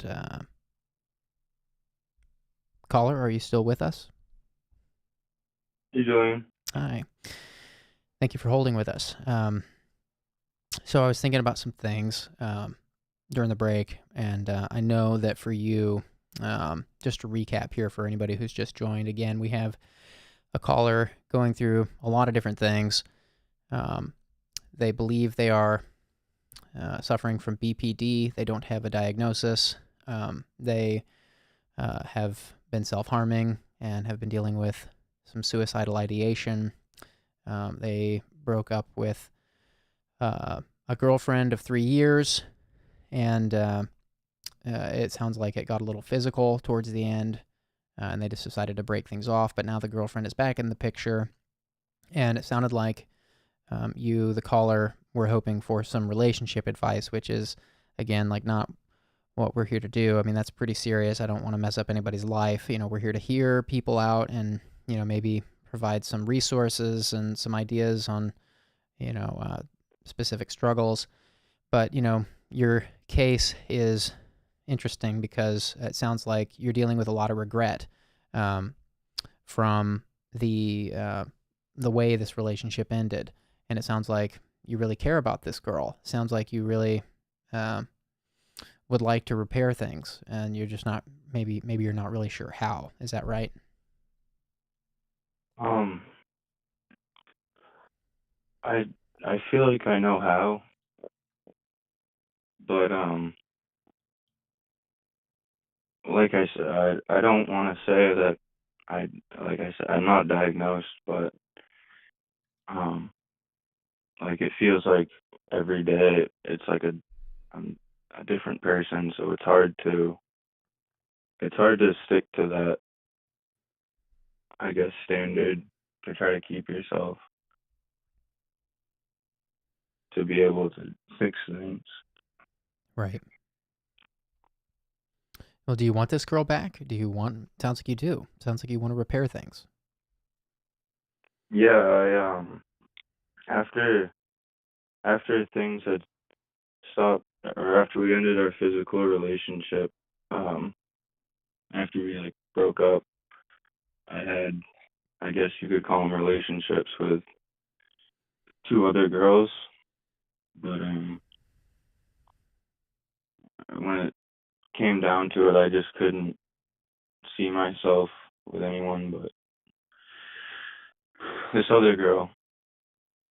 And so that's why I guess it hurt so much to see that she had tried to move on, and I can't be mad at her for trying to heal and move on, but I can't unsee what I saw, and can't help but think about all the details. And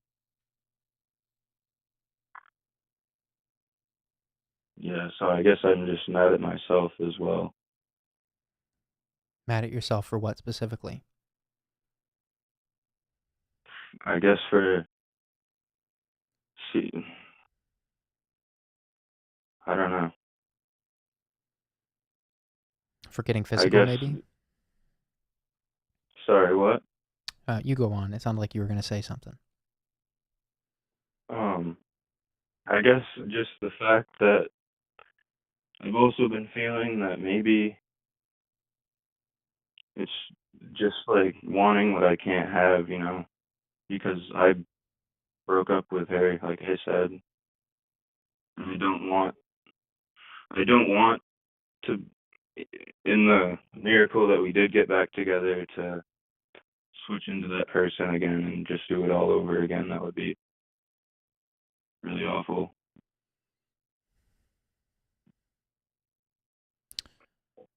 Well, you mentioned that being social isn't your strong suit.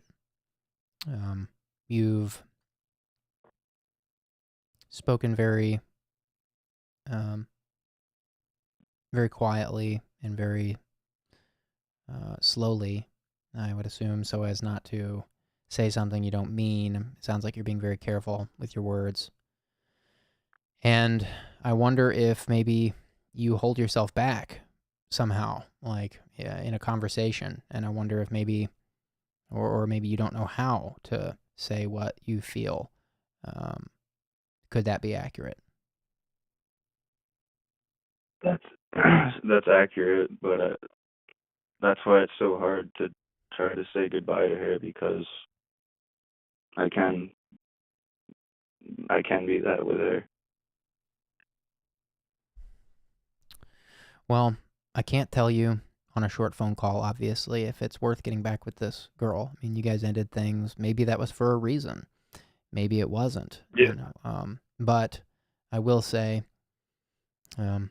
it seems interesting that she's back in the picture, and if you feel like it's in you to rekindle things and repair things with her, even though it sounds like you've both been seeing other people, she might need to hear what you just shared with us here on this anonymous call. I wonder what it would feel like for you to pretend you're on an anonymous call with her next time you see her and just tell her everything you just told us, that you hate yourself for the way things ended, and that you have a lot of regret around getting physical, and that, you know, you hate that you'll never be able to take that back, and that you know you can't take that back. I feel like anyone would want to hear those things. It might be a great place to start. It's tough because I know there's a very small chance of us actually getting back together. And my main question, I guess, is, do I keep her around and keep opening the wound, or just rip the Band-Aid off? And it's also tough because I've been trying to talk to her about it, because we do talk, and but when we broke up, we kind of did a joint custody thing with my dog, and he just passed away today, and it's been rough on her, and I don't want to put any of this on her, especially right now. Yeah. I want to be there for her while she's upset. That makes sense. Pablo the Wampa from the chat just shared a helpful thought. They say, sounds like a codependent relationship. I did have that thought. I wasn't going to say it because I didn't know enough, but it's interesting someone else thought that. So I'll just share. Maybe it's off base, but maybe just take it for what it's worth. I'll read the rest of it. They say, sounds like a codependent relationship. Those can be really unhealthy. I was in a codependent relationship once. I've realized the best relationships are when we can live without someone. I have some thoughts on that last bit. And then they go on to say, being in a relationship with someone that's healthy just means that they help you become the best version of yourself, and vice versa. And, I think that's spot on. I do think, though, a healthy relationship is interdependent. And it's a fine line between codependent and interdependent. So I don't know if you were codependent with this person, but it's possible. I mean, so many relationships are codependent. Are you familiar with codependency? Yeah, she's actually brought that up before. Okay. We've talked about just how the relationship was toxic at the end of the day. Right. And it may be. That's why I'm really reluctant to give you relationship advice here on a short call like this. But you will know, and you're young, and you've been dealing with a lot for someone your age. So just know that, it can feel really scary to let go of someone, especially at that age. It can feel really scary to let go of someone, but maybe that's the best thing. I don't know. Maybe there's something to say about seeing what it looks like to restore things with that person. Now, at the very least, I will say, if you're holding on to regret for something you did, at the very least, if you have an opportunity to make that better, make that right, apologize, and just let that person know that you were not okay with at least your side of things. That may be good for your own mental health. Sounds like you agree with that. Yeah. So maybe at the very least you just do that and then see what happens, you know? I mean, you don't want to wind up in a codependent relationship. But, you know, again, like it's hard to know sometimes. Being interdependent is necessary to a relationship. That's why I said I had thoughts on the whole, like, not, you know, the chat that I shared said something about being able to live without the person. And I think I would put it a little bit differently. I would say it's that, you know, a healthy relationship is interdependent, you know, just like the way trade works, you know, United States trades with different countries who do different things really well. That's an interdependent relationship. Now, the U.S.'s relationship with China, that's a codependent relationship because it's not healthy. You know, so that's how I see relationships. So I don't know if that's helpful or not, but yeah, I don't want to weigh in. I don't want to give you relationship advice. I don't want to mess up your life, and that stuff's serious. But I think it's really good that you're asking these questions, and I think at the very least, for your own conscience and for your own well-being, to restore that could be a really positive next step for you. Yeah.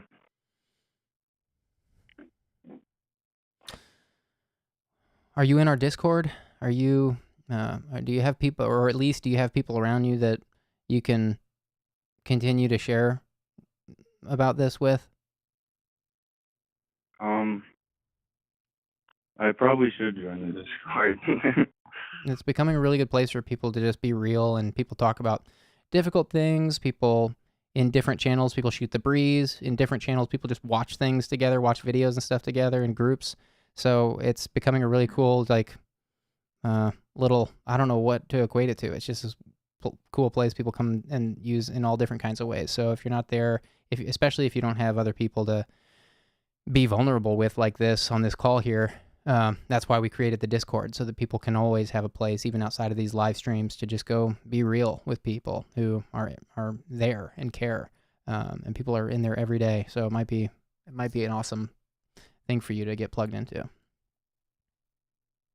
Yeah, I think I'll look into that because the last couple live streams that I've watched, there's definitely been some pretty cool people in the chat, at least, sharing their opinions and things like that. So I think that would be good. Right.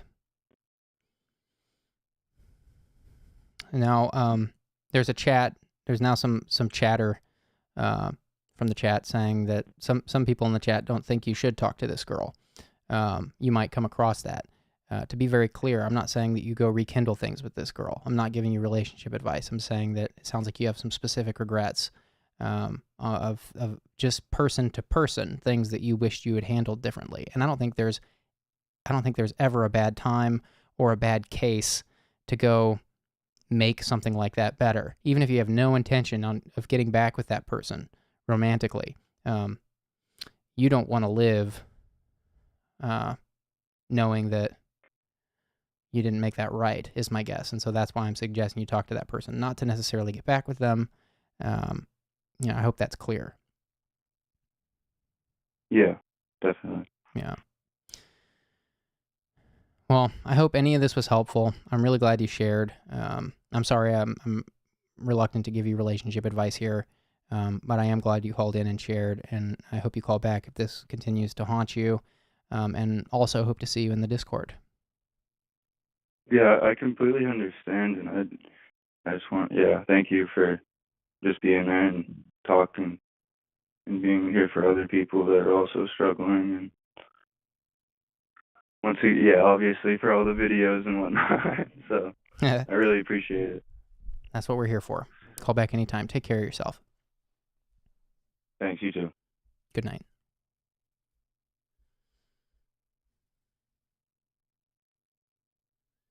Okay, we are opening up these lines again. And we're taking the next caller. Hi, thanks for calling. Hi. Oh, wow. I didn't think you would actually answer. What do you want to talk about? Oh, my gosh. I just got off working a 16-hour workday. Oof. That's just been my biggest thing right now is, I guess, burnout. Wow, it's anonymous too, so I guess I can talk about anything. You're on the subject of codependent relationships, so I guess that's also kind of a factor in kind of the burnout of everything, I suppose. Right. So you're Um, feeling you're in a codependent relationship, or you're equating that to your work somehow? um, I guess the two kind of reflect it. The main one at home, I guess, is I used to live with my boyfriend of about 4 years, and things were okay. I had kind of had to ask him to move in to help me out from my last living situation. And I knew at the time he was dealing with his own mental issues and trying to work more on himself. So I kind of took the liberty of being more of the, I guess, therapist in a way, kind of like the person he vented to. Right. And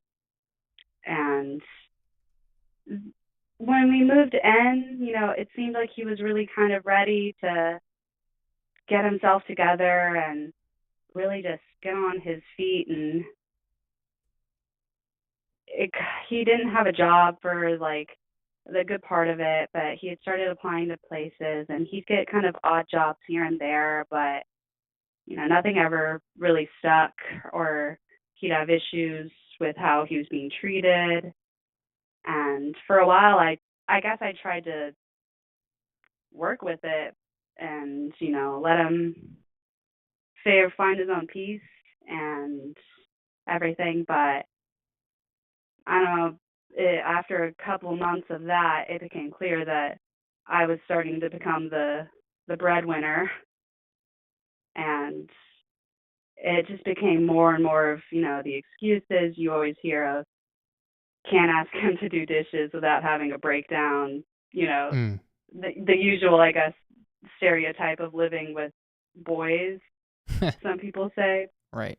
But Doesn't want to work and doesn't want to do dishes. That's a double whammy.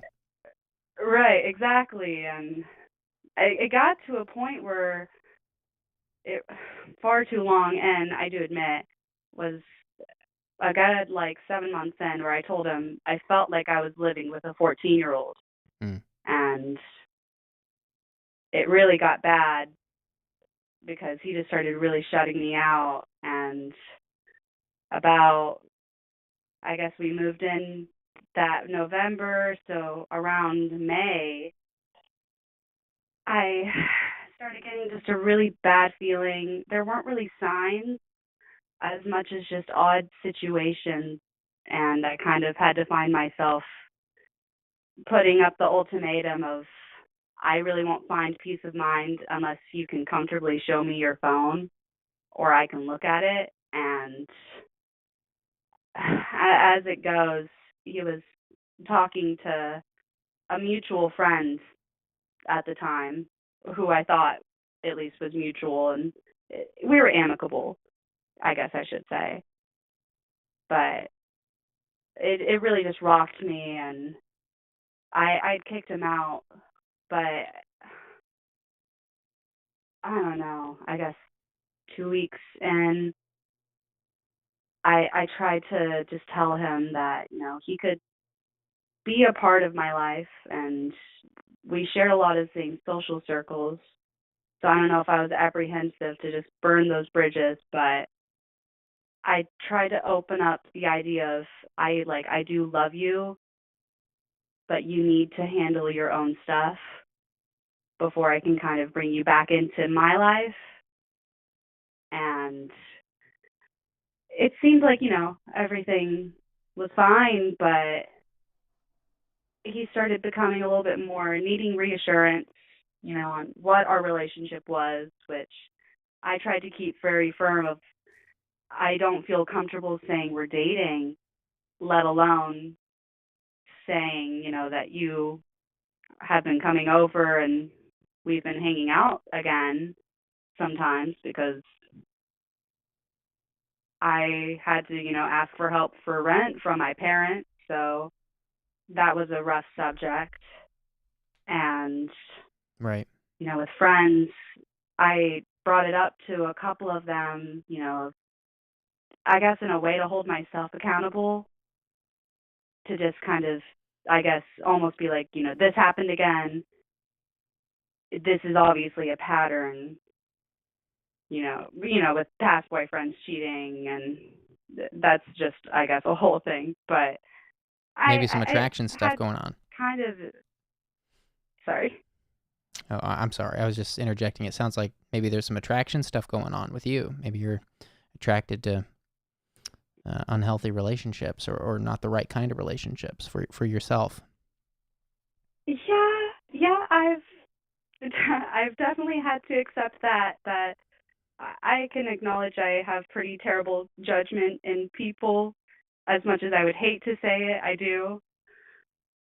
I'm definitely much more of a, I try to give so much, and I expect, I guess, other people to have the same mindset of, I don't want anyone to suffer like I did. Right. Kind of that I just try to pour myself out as much as I can. I want to help people, but at the end of the day, it's the responsibility that comes with it. I found myself becoming so bitter and jaded, and where I want to feel open towards this relationship, there's just that part of me that's so closed off that even up until now, he doesn't live with me anymore still, but we've still been talking, and I just can't shake the thought in my head of this isn't going anywhere, though, because truly the only thing I can say for him is nothing's changed. He quit his job that he had gotten after we broke up, and he's yet again now telling me how he's always maybe looking for a job. Oh, he'll donate blood and give me money to help me with my bills. And there's just always something that happens for him. I just try not to think too much on it because it's just always the same. But I just feel bad because that's also such a big part of my life that I'm choosing not to acknowledge. Mm-hmm. And I can't seem to comfortably find my footing with it all. On top of that, starting a new job while also trying to finish out my other one. It's hard coming home from work like this, and I hang up on him so that I can, at the very least, use the bathroom, and I end up watching your live stream and somehow get a call in within my second time watching now. That's what we're here for. And I feel terrible. I'm sure he's thinking I fell asleep or something. But well, you don't feel guilty. I mean, it's not horrible of you to need to process what you're going through. It wouldn't be horrible if you were getting therapy for this and talking about details of the relationship just for your own peace of mind. I mean, it's why I brought up attraction styles. I'm wondering if you've read any books on that, or if you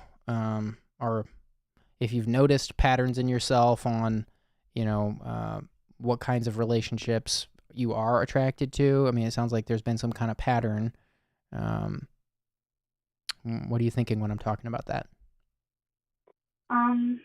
Well, I tried talking to a couple of therapists that were kind of leisurely provided with my job, but a lot of it was just kind of coming down to what do I want, and, what steps am I taking right now where I feel like he isn't exactly, not necessarily not contributing, I guess, not to say fits in.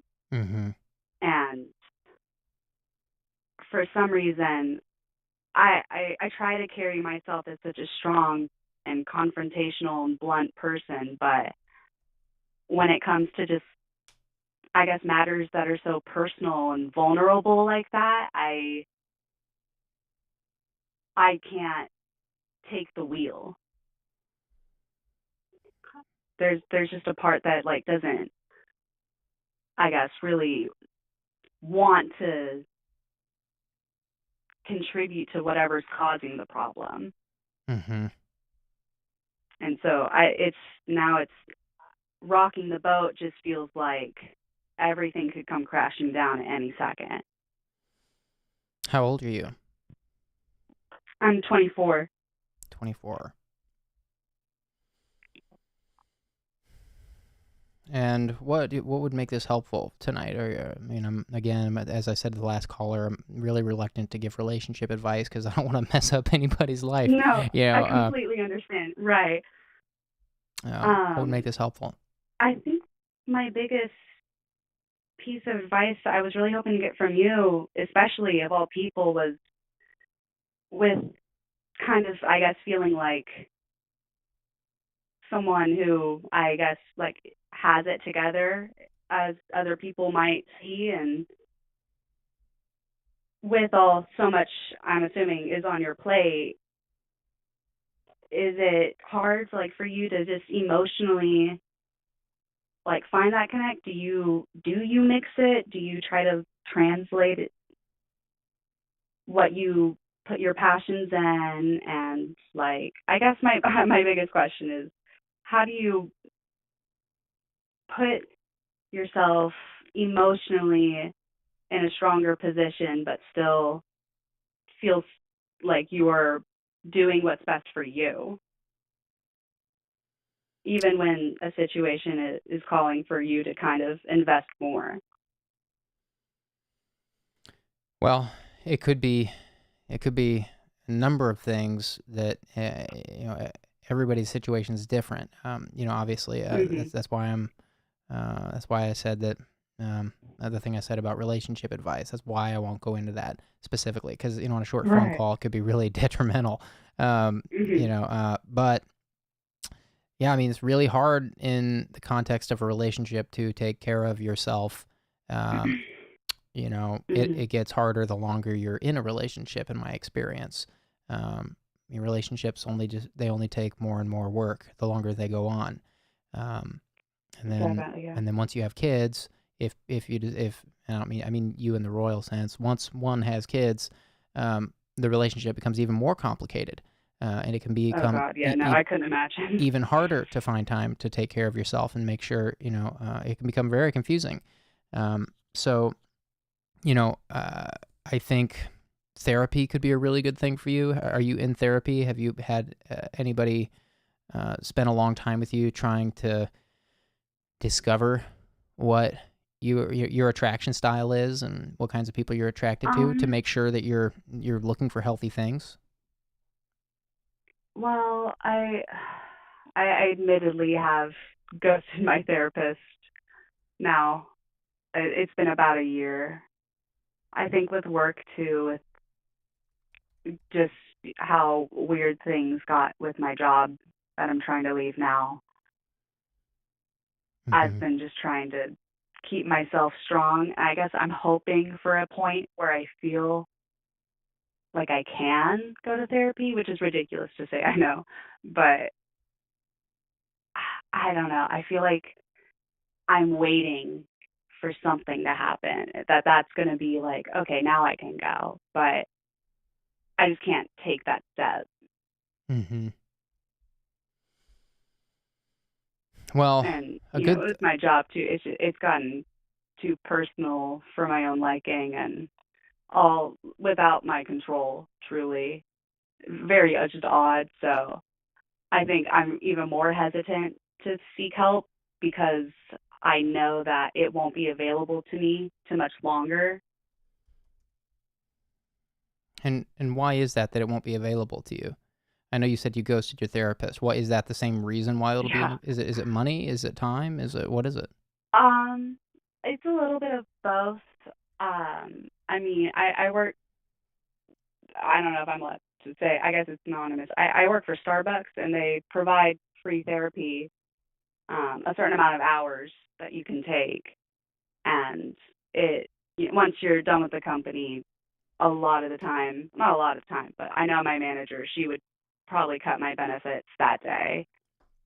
I see. And yeah, she's already not too happy with me just because I'm making it worse for her scheduling, and I feel terrible, but it was just more of my discomfort working with someone at work, because I just got told that he didn't like me when he had been treating me so rudely for weeks, and the only reason was apparently he just thought I was condescending and I complained too much, when I felt truly it was because I got too personal with him and some of my other, I guess, friends at work, and I kind of had that shock of, oh shit, I need to get it together. Mm-hmm. And now I'm like really holding on to the reins, and at the same time I feel like I'm about to fall apart at any second. Right. Well, if the therapy would be the best thing you can get for this. If you're not able to do that, then there are some books. There are some book options. A book could be a great thing. Oftentimes you can find. I'm a believer in therapy, but a good substitute for that can be a great book. And it's funny. I was just about to recommend this book, and then I saw at least one person in the chat mention it. It's a book called Attached. Have you heard of this book by Dr. Amir Levine? Are you familiar with the book Attached? No, I don't think I've ever heard of it. Okay. But I am finding a pen to write it down, actually. It's by, I believe there's a co-author too. I'm trying to find the actual Goodreads here. It's by Dr. Amir Levine and Rachel Heller.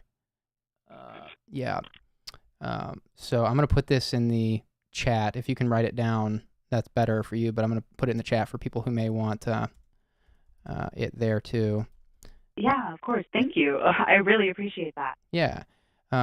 Great book on attachment, and outside of therapy, it might be a great place to start.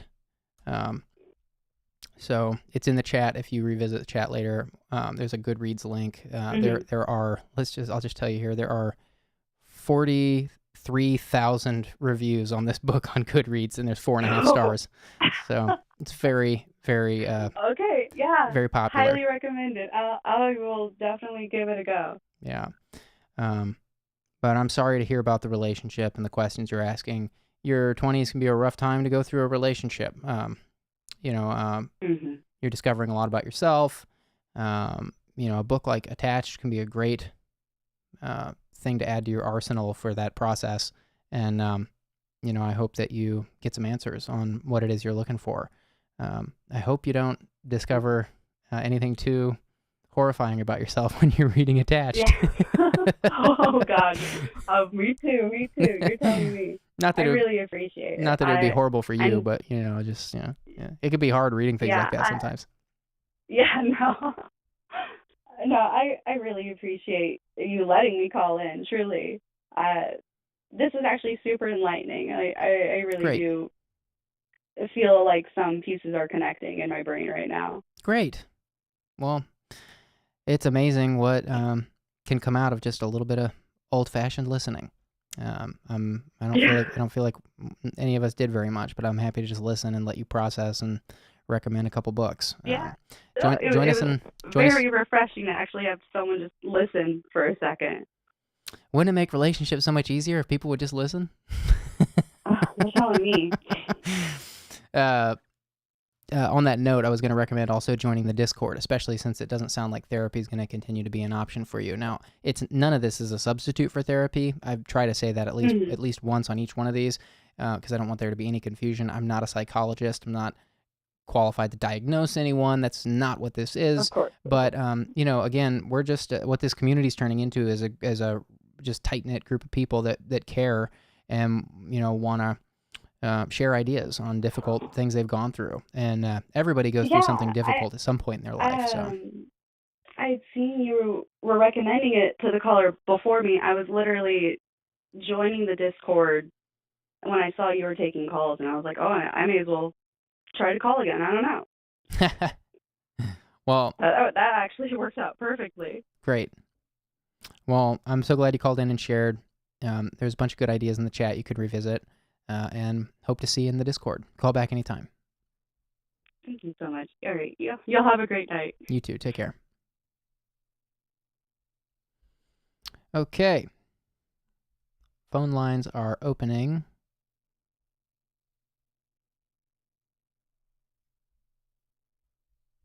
Taking the next caller. Hi, thanks for calling. Yeah, hi. Hi. How are you? I've never seen the show before, but I love you. And I see on the screen that this is about sharing severe, difficult experiences. Yeah, we just want to listen And and whatever you have to say.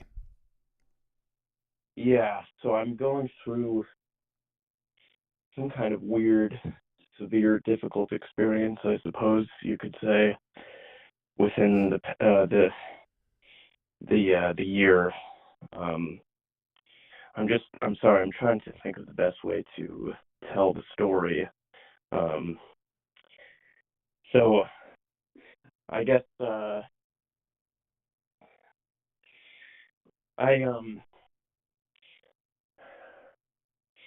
just got out of a 5-year engagement, okay? Okay.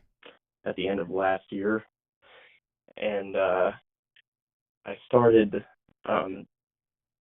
talking to a woman that I work with, and we got pretty heavily romantically involved very quickly, you know. While you were engaged? And yeah, this was after the engagement was broken off.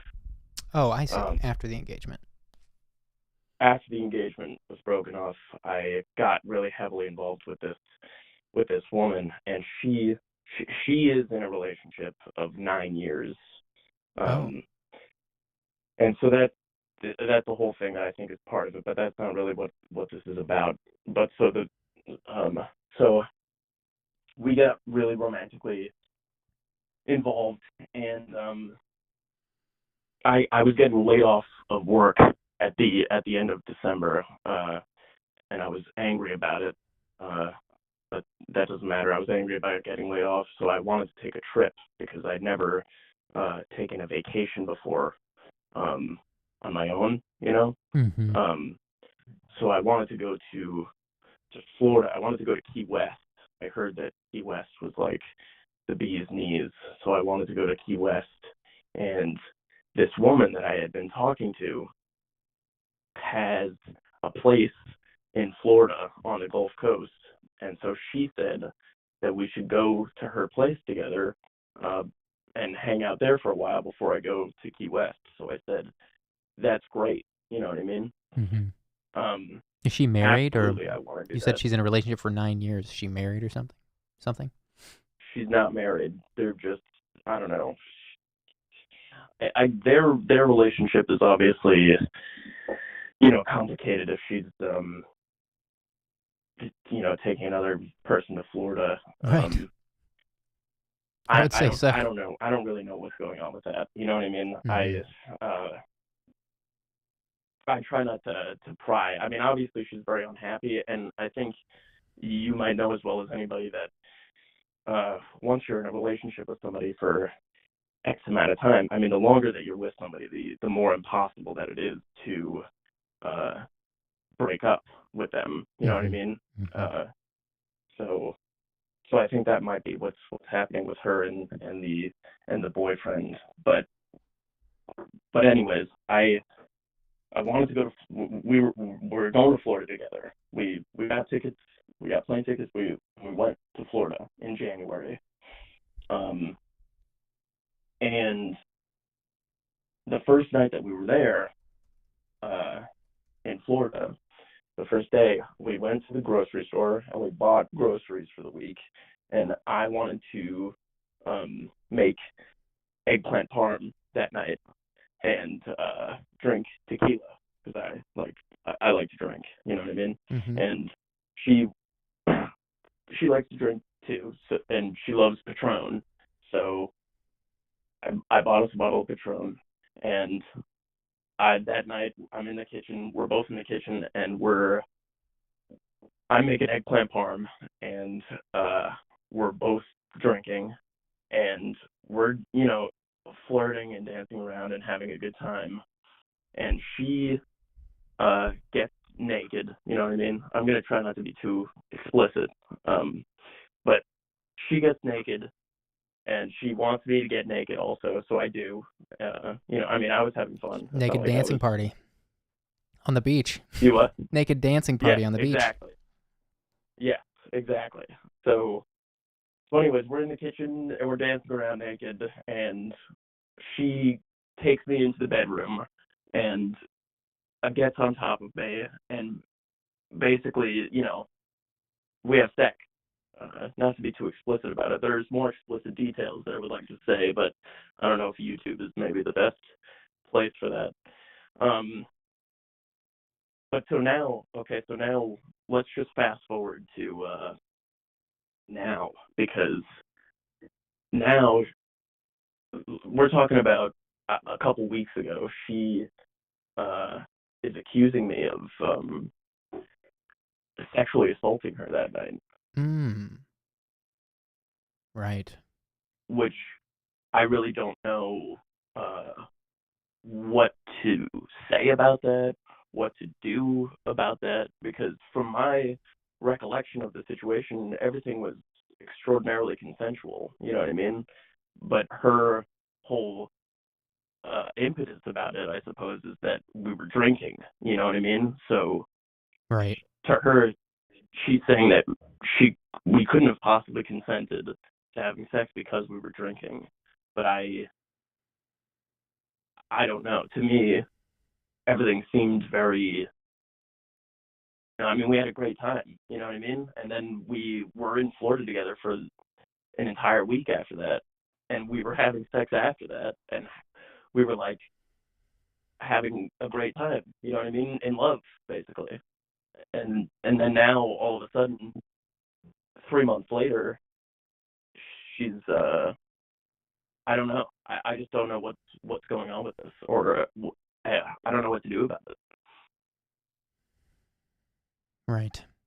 Well, there's a lot of this happening. It's got to be the worst time to date in the history of the world, except maybe pre-civilization times when we were still foragers. I would imagine that was probably a little worse. But yeah, I mean. Well, yeah, and I mean, like, I don't want to be like, because I'm very supportive of, like, right. Sexual assault is a big problem, and like, I don't take this lightly at all, but when I tell you, like, I mean, we were dancing in the kitchen and she got us both naked, you know what I mean? Right. Like, there wasn't like. I now understand why that was relevant to share. Off-core from the chat. Sorry, go ahead. I was going to say something from the chat, but go ahead. No, and the other really difficult thing about it is, like, I don't want to invalidate her feelings about it, you know what I mean? Mm-hmm. I'm not trying to act like some jerk, Right. No, I don't. I sense you're really worked up about this. I mean, I would be nervous if I were in that situation. I feel awful about it. I mean, it's not even like, I'm not like worried about her going and telling people that I did something bad to her. I'm more like feeling bad about the fact that she feels that I would take advantage of her in that way. You know what I mean? Right. Deanna Krebs from the chat says, "Caller, we can hear how heavy this is on your heart. We can hear you take this super seriously." And Deanna Krebs is studying for the bar right now. And I understand she's been in, she's had a bunch of trials under her belt. So she hears testimonies from people all day long about things like this. And she believes you. she's empathizing with you. She's actually in the Discord. She may be an interesting person to talk to for you if this becomes legal.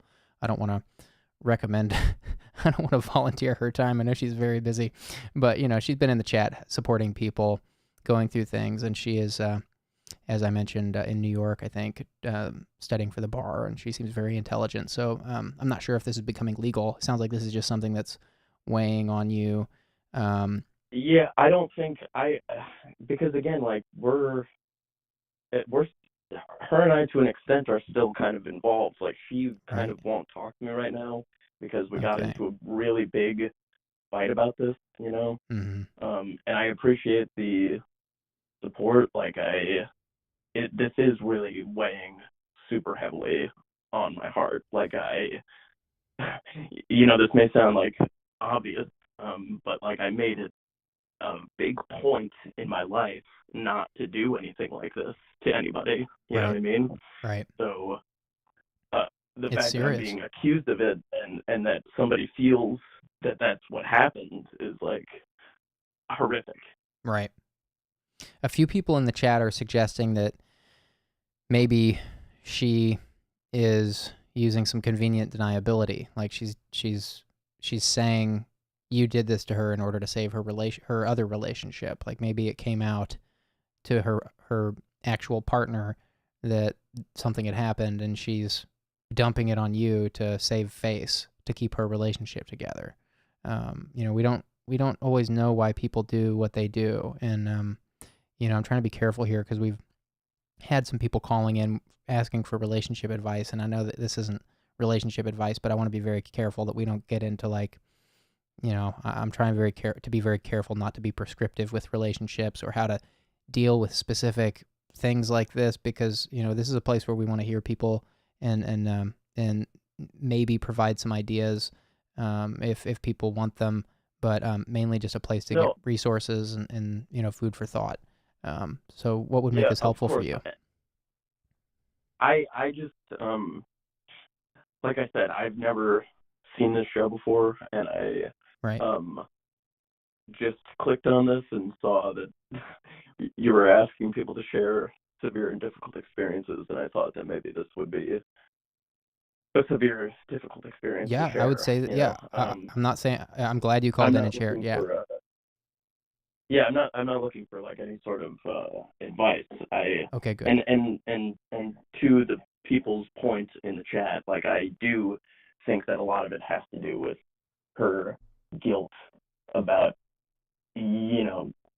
betraying her partner of 9 years. I mean, she has to feel some form of guilt about that, I would think. I think that there's other factors going into it as well, like jealousy, you know what I mean? Because, she won't leave the person that she's with. And so I said, like, I'm going to talk to and see other people, you know what I mean? Because you're not available, you know what I mean?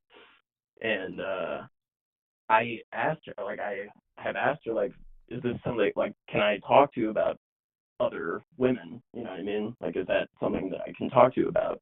Because we're best friends. And she said, yes, absolutely. I want you to talk to me about other women. And so I have been, but I think that I think there is jealousy and guilt, and then combined with the jealousy and the guilt, I think there's also she has been sexually assaulted in the way of like being too drunk to consent to something, you know what I mean? Like that has happened to her in the past. So I think connecting that situation with what happened to us in Florida, and then also combined with the jealousy and the guilt, all sort of created this perfect storm into like projecting all of those feelings onto me. You know what I mean? Yeah. I don't know. It just sucks. That's a lot. Thank you. I don't want to take up too much of your time if that's Well, Again, this it sounds like it's your first time watching, and I'm not rushing you off. I mean, we've stayed on the phone with people for an hour before. It doesn't sound like you're in a life-threatening situation, but it still sounds like you're processing a lot. So what would make this helpful? Was it just to get that off your chest, or, what are you? You know, I really have no idea what would be helpful to me in this situation. I think that what I would really like is for her to call me and have a serious conversation with me about it that doesn't end with screaming and crying and hanging up the phone. You know what I mean? Is that how the conversations are going right now? That doesn't sound like someone. Yeah. That doesn't sound like someone I'd want to talk to again. I mean, maybe That's no what good's my gonna come friends from have that. told me as well. Yeah, maybe no good's Yeah, gonna come my from friends. anything. Yeah, my friends say that, like, you know, don't talk to this person. She's toxic, and but you know, I find that in my life, I tend to attract people that are fairly mentally unstable, because you know, I may not be the most mentally stable person out there. Certainly, I would be the first to admit that, and I am also attracted to people that are mentally unstable, as they are attracted to me. So it's like, when I get myself into a situation like this, I don't know, I want to almost go deeper into this person's life as opposed to pulling out of it, which I know may sound like self-destructive or whatever, but Right. I don't know. It interests me, and it makes me feel that life is worth living to sort of get in people's minds like that. Right. Well, I want to, because you just said what you said about attraction styles, I'm going to recommend the same book to you that I recommended to the last caller. It's a book called Attached. Did you hear that recommendation from the last caller? Yeah, I did. Did you make a note of that book? Yeah, I have. I actually have a tab open to it right now. Okay, great. I would highly recommend checking that book out based on what you just shared there at the end. That was, it sounds like this book will be really helpful for you. I mean, we can't help what we're attracted to. A lot of it's parental conditioning. A lot of it's conditioning from the media, and a lot of it's conditioning from, friends, and all kinds of factors. It can be a mess figuring out where those things come from. But a book like Attached just does a really good job of cutting through the noise, and you may never get to the bottom of where those things come from for you, but there's a number of books like these, but this one's really popular, that are just really good at helping you figure out what you're attracted to. Maybe not the why, but the what, and giving you some hows on some next steps. I would feel a lot better turning you over to a book like that, where you can do your own reflection and stuff, instead of weighing in on what I think you should do next. But I am glad you shared. That your call is definitely relevant to what we're doing. So I don't want you to feel like we were saying earlier that you've come to the wrong place or something. But we just want to hear people's stories in hopes that it brings people closer together, and it has done that. I mean, the Discord community has already turned into a budding, a beautiful place of just people just sharing all kinds of different things. Some people just shooting the breeze. Some people getting real deep on different topics. So if you're finding it hard to talk more with other people about this kind of stuff, the Discord might be a great place to get feedback on things. And I really hope that book Attached is helpful. I think it will be. Yeah, well, I appreciate what you're doing here. Honestly, like I said, I don't know what this is really, but from what I've seen so far, it's pretty interesting, and I appreciate you answering my call and talking to me about this, and I just I've loved everything that you do, man. So keep it going strong, please. I appreciate that. Thanks so much for sharing tonight, and call back anytime. Hope to see you in the Discord. Absolutely. Take care. Bye. All right, phone lines are coming back on. Coming right back. Get your phones ready.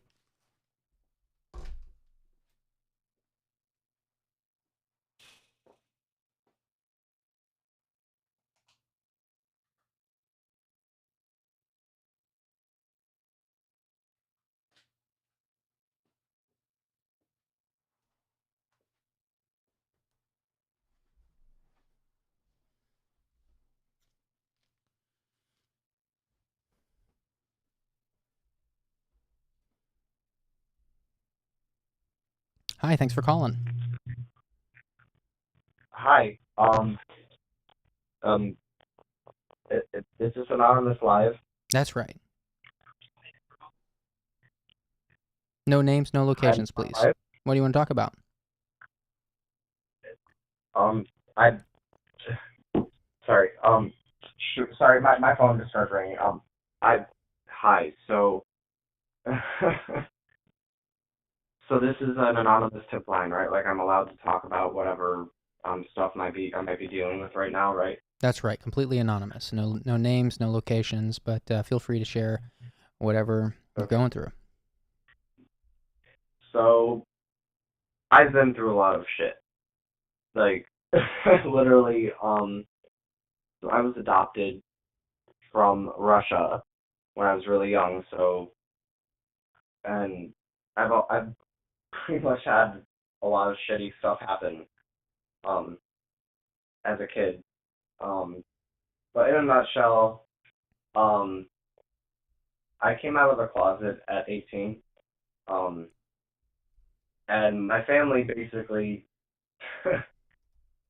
disowned me and kicked me out of our house, and I was living off and on couch surfing and living in my car at times, and I had to do some pretty fucked up shit, and like there's no like censors or anything, like I'm allowed to talk about like some serious stuff on here, right? Yeah, for the sake of I would ask for the sake of the viewers if it's possible to, if there's any, I don't know what you're about to share, but you can say anything you want. There's no restrictions on what you can say, but if Okay. the last caller did a really good job of using a little bit of discretion, so yeah, but feel free to share whatever. Yeah, absolutely. I guess I will say like if stuff about like losing people is or like people dying triggers you, this isn't the thing for you to listen to. So just wanted to give anyone that might be sensitive to that. But so what a lot of homeless and unhoused people in the LGBT community end up getting themselves into is sex work. And Right. I didn't want to do it. I didn't enjoy doing it. But if I wanted to eat, sometimes I had to do things with people that that I can't take back, or had things done to me that I can never, take back. And like Right. thank God I've been out of this, like that life for a while now. And I guess the main thing I'm struggling with right now is a lot of things in my life have gotten better. I have an amazing place to live. I've been working in an amazing job that I've been making, like way more than I've ever made in the past. And Great. I think the biggest thing for me is just like I have, such everything's so good. I've been sober. I've been avoiding the negative people in my life that have maybe put me down the wrong path. And the fucked up part is like I'm still miserable. I'm still depressed at times because like even though I have like everything, seems to be going so much better now, and it really is. It's just like why am I still going to bed with these horrible nightmares I haven't been able to sleep at all, and I've been working, I've been loving my job, I've been doing everything right, and just, I don't know why I'm still, I guess, dealing with my depression, my anxiety, and stuff like that. Like, I thought, like, once everything gets better, like, maybe some of this stuff will go away, but, like,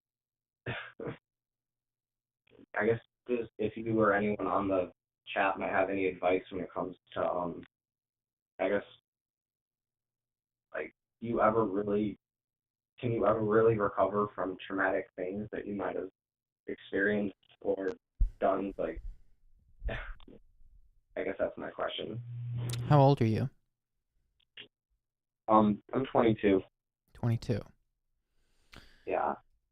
Well, we're going to get into your story a bit deeper. I'm going to recap to make sure I've got everything straight. For those who are just joining, we have a caller who is sharing what seems like a very traumatic story, which we've only heard a little bit of right now.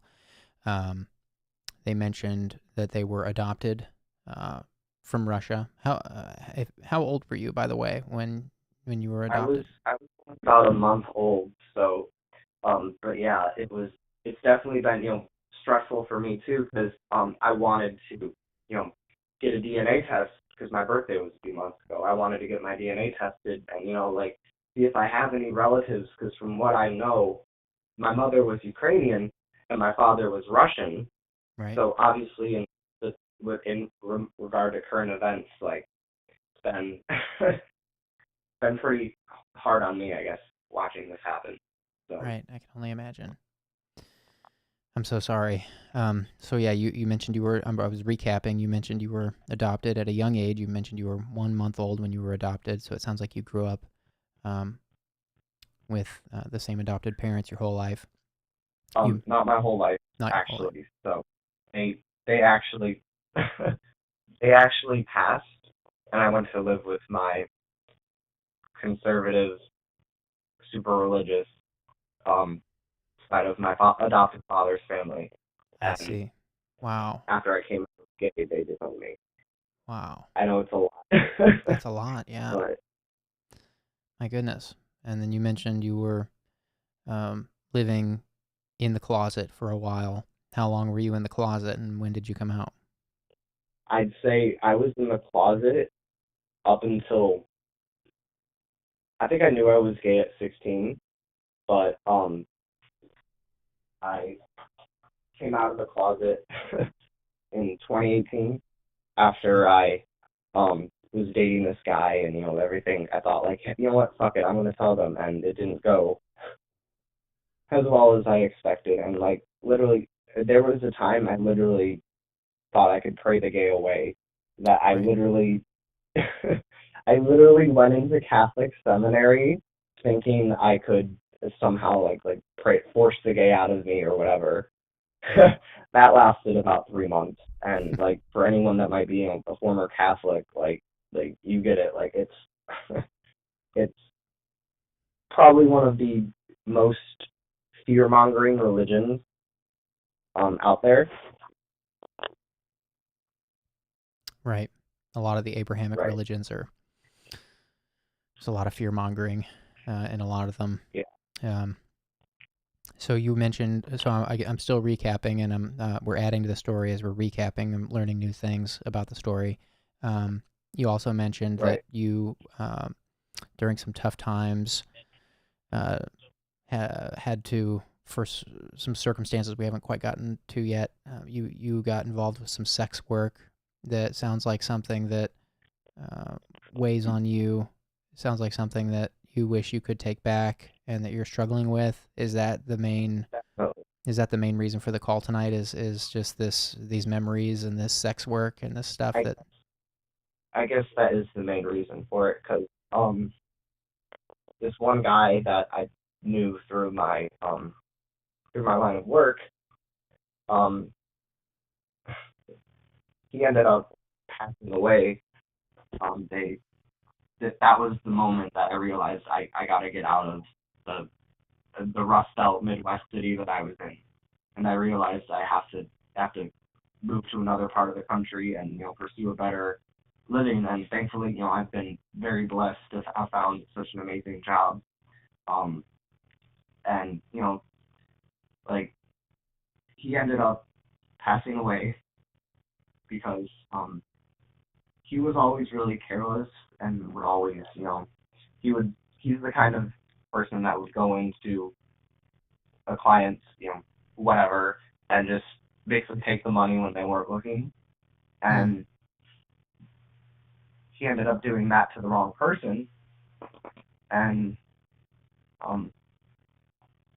they assaulted him. I drove him to the hospital, and obviously, because for those that might be in the LGBT community, you understand that what it's like when you're gay and one of your friends might or chosen family, as I like to call them, go into the hospital and you're not allowed to go in there because you're not related. Right. And what ended up happening was he got discharged a week later, and they found his body in a field somewhere, and the only way they knew it was him was because of his tattoos. But in a nutshell, he messed around with the wrong person, and so yeah. And the fucked up part is I think probably the most fucked up part about all of this is that deep down inside, part of me kind of misses this crazy, this thrill, this living on the edge kind of stuff. That's the fucked up part about it, is a really, really then way back in the back of your mind there's that little, I guess you might call it a demon that you that's kind of come on, you can do this. And that's probably the fucked up part. It's a little part of you does kind of miss, being this crazy party monster living on the edge, doing all sorts of stuff. And yeah. Thankfully, I've been sober for about what is it been now? About 4 months. I've been sober from alcohol for 4 months. So that's been that definitely helped. But good. Yeah. My goodness, you have been through so many things. Have you had any therapy for the regrets and the bad memories? On and off, yes. On and off, yes. I will say this. I am very close friends with a therapist, so that is definitely kind of helpful. I mean, Good. I'm not necessarily their client, but I am. I do have someone that is a very guiding figure in my life now that's been helping me. I'm glad you have that. I'm glad you have that person. That's great. And you mentioned you, with all these things you've been through, are struggling to find a sense of peace with your life, even though things are better now and you've got a good job and you're not in the sex work anymore. It sounds like that's still haunting you, and you're struggling to move forward and feel good. Yeah, shoot, if we're being honest, I went from sleeping in my car doing, having to decide, am I going to use this money that I have left to either eat so I don't starve to death, or am I going to use this money to get gas so I don't freeze to death in this in the Midwest winter? Now I'm I'm out. I'm way out in a nicer part of the United States, and I have a really good job now. I'm involved in local politics and stuff like that, and it's been awesome. And I'm a major in political science and awesome. history. So awesome. I've been able to wow. Kind of see that passion, and I'm definitely in a much bigger area where there's a lot more music and entertainment and art. So that's another part of one of my passions. So yeah, it's just the hard part is I got everything I wanted. Why am I still miserable? I guess a lot of successful people kind of struggle with that too. You might have so much, but all that glitters necessarily isn't gold. That's very true. Yeah, it's very true. A lot of people think getting what you want in life is going to bring about some sense of peace or arrival or, call it whatever. It just never happens. You know, they say that, specifically with money, you don't really get any happier after making about $80,000 a year on average, depending on where you live in the U.S. That's a U.S. thing. But, I do, of course, I'm stating that just to be sensitive because I realize there's probably people watching who don't have what they need. And I also... I absolutely understand that too. Right. I definitely think that I want to give back as much as possible. Right. Once I'm able to, and once I'm more, stable. Because like I said, I'm still, recovering, and I'm still I'm not necessarily rubbing elbows with Paris Hilton or people like that. Thank God.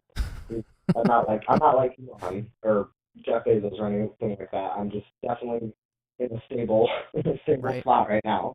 Good. I'm able to live and afford rent and stuff like that. So, but yeah, I want to give back. That's part of the reason I love politics so much. Is I want to give back to people that need help and that everyone else kind of forgets about. I know what it's like to be that person sitting on the side of the road and just having people walk by you like you're not even fucking human. I know what that's like, and yeah. Right.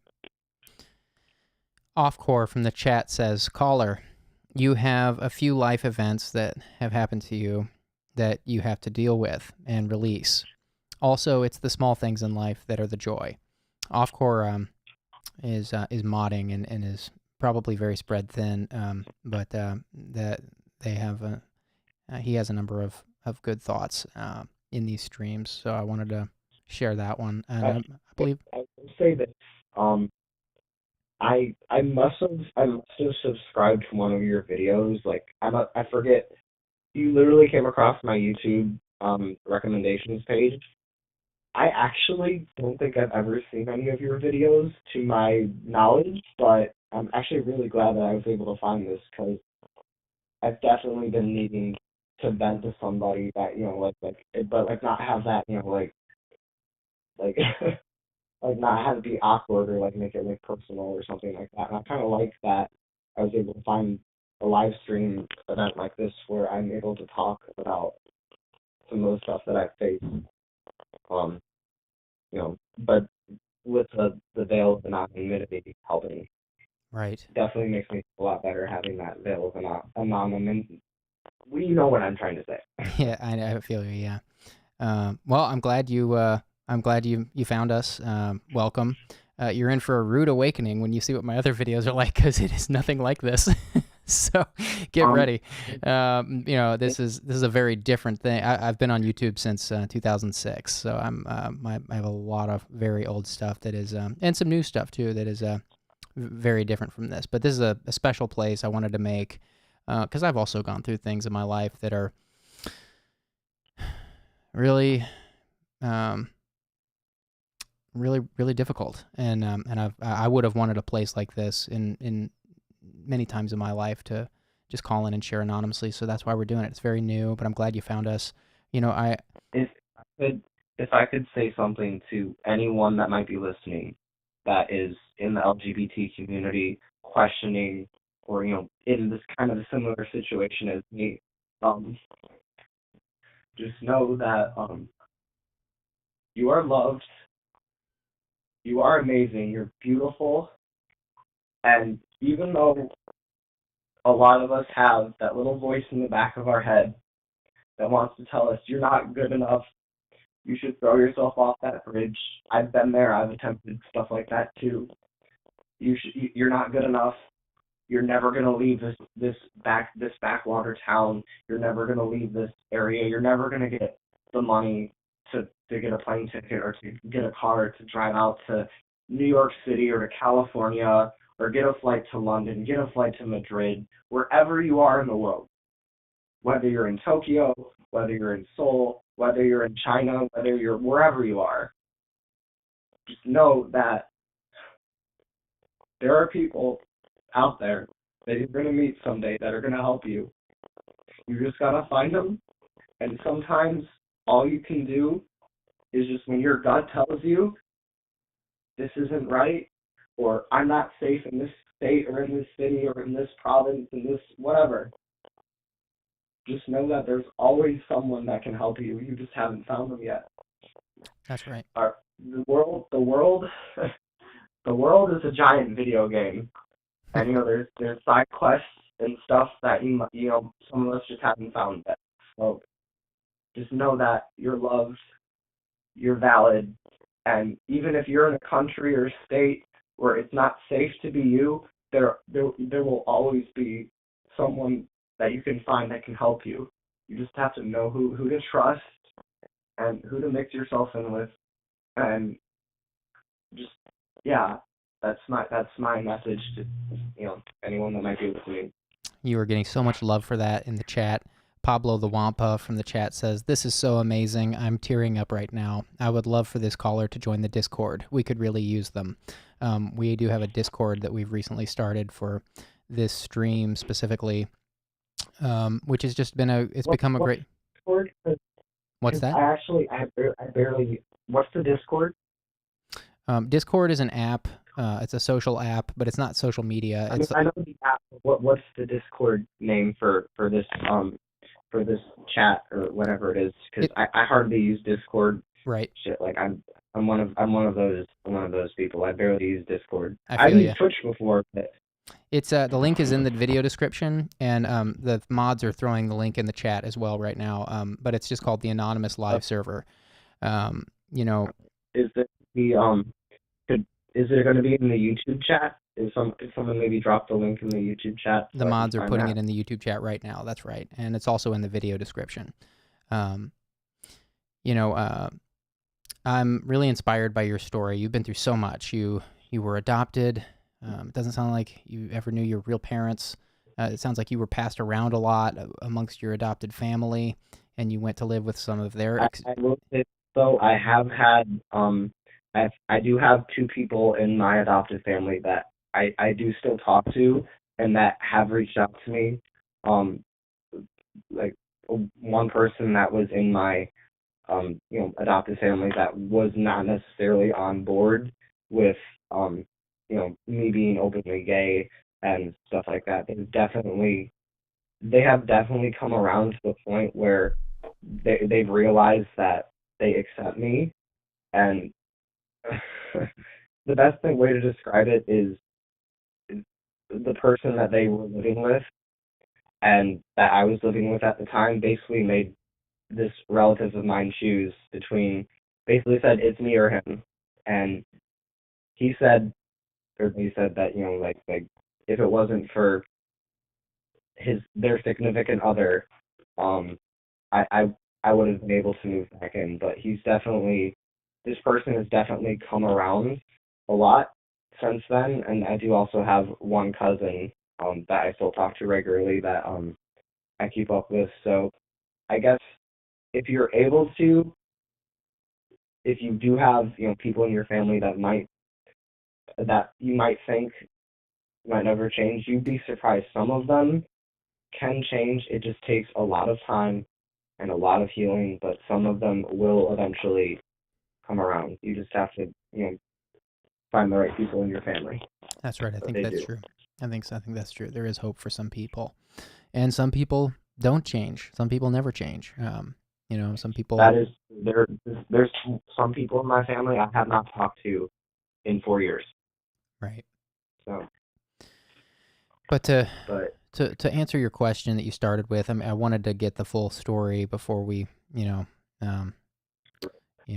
asked a very specific question at the beginning, and I wanted to hear more of the story before we got to that. You asked, I could hear it in your voice when you first started. You were saying, like, is there any hope for these feelings? You mentioned you have nightmares and you have a hard time sleeping sometimes, and these memories and these experiences, they haunt you.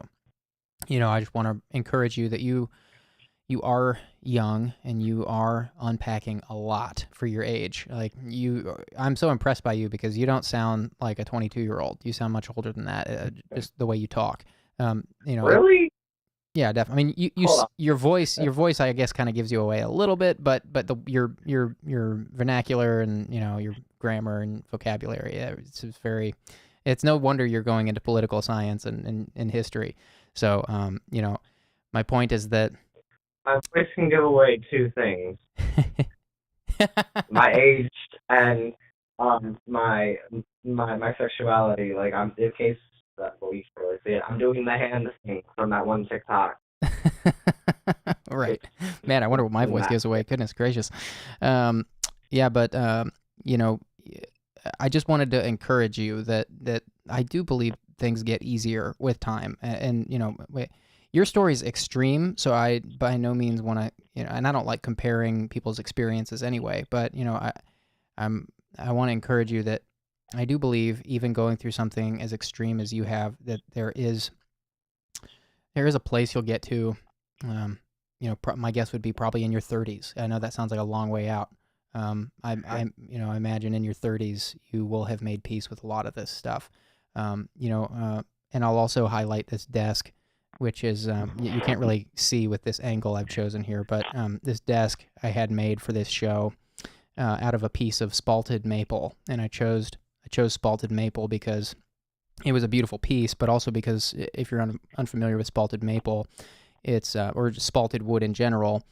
When wood is spalted, it happens because fungus invades the tree while it's living, and it creates, if it doesn't completely overtake the tree and kill it, it creates these amazing colors and contrast and patterns in the wood, and it becomes really, really rare, like this novel thing that people seek out. Like, people want spalted maple because it's this unique pattern.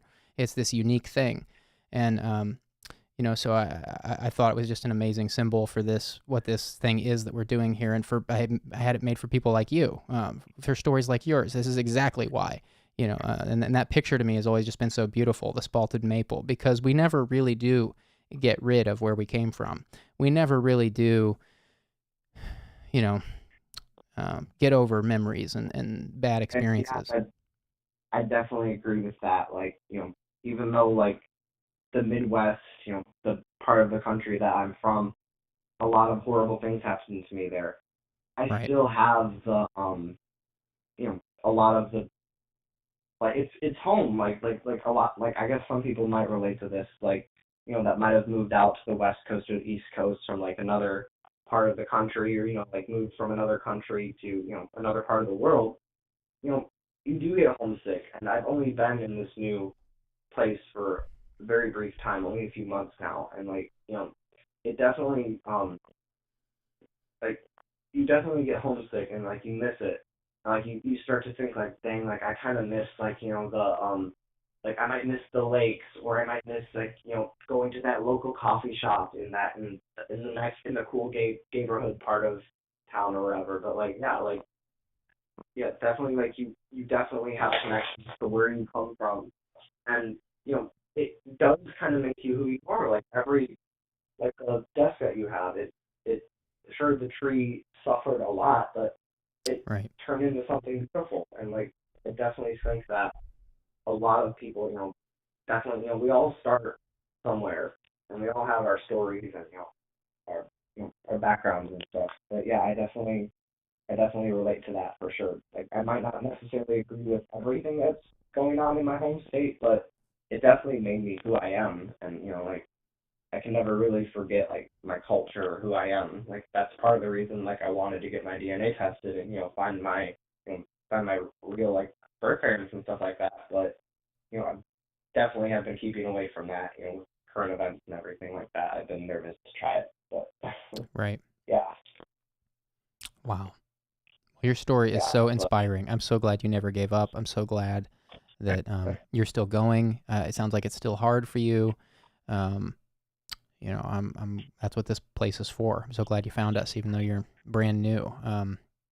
And I don't know if this live stream goes all over the world, but, like, if there's people in the chat that are from Ukraine, or like, have family in Ukraine, I'm with you. I support you, and people around the world, we want to help you, because we know, like, we might not have gone through the same. I might not be going through the same thing as some of the people in Ukraine, but in a way, we've all fought our own battles and fought our own wars in different ways.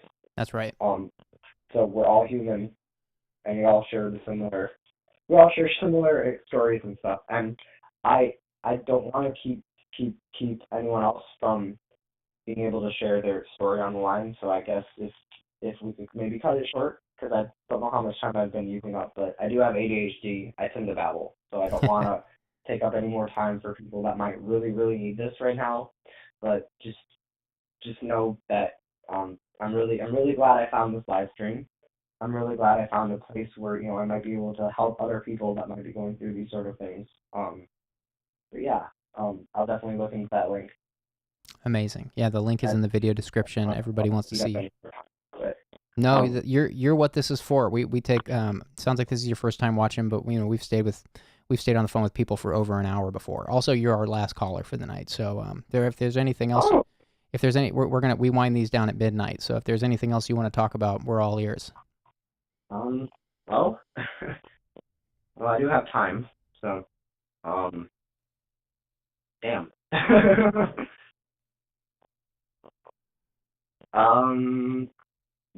Should we do like a Q&A type thing? Like if anyone in the chat has questions for me / you, like I'd be down to, maybe answer questions for people that might be, going through some sort of similar experience. Or, well, that kind of takes away the whole anonymous thing, doesn't it? I think that'd be a great thing to do in the Discord. I mean, that would be an awesome thing to do in the Discord. But if there's anything about your story that you want to share that's on the tangent we're already on, let's keep doing it.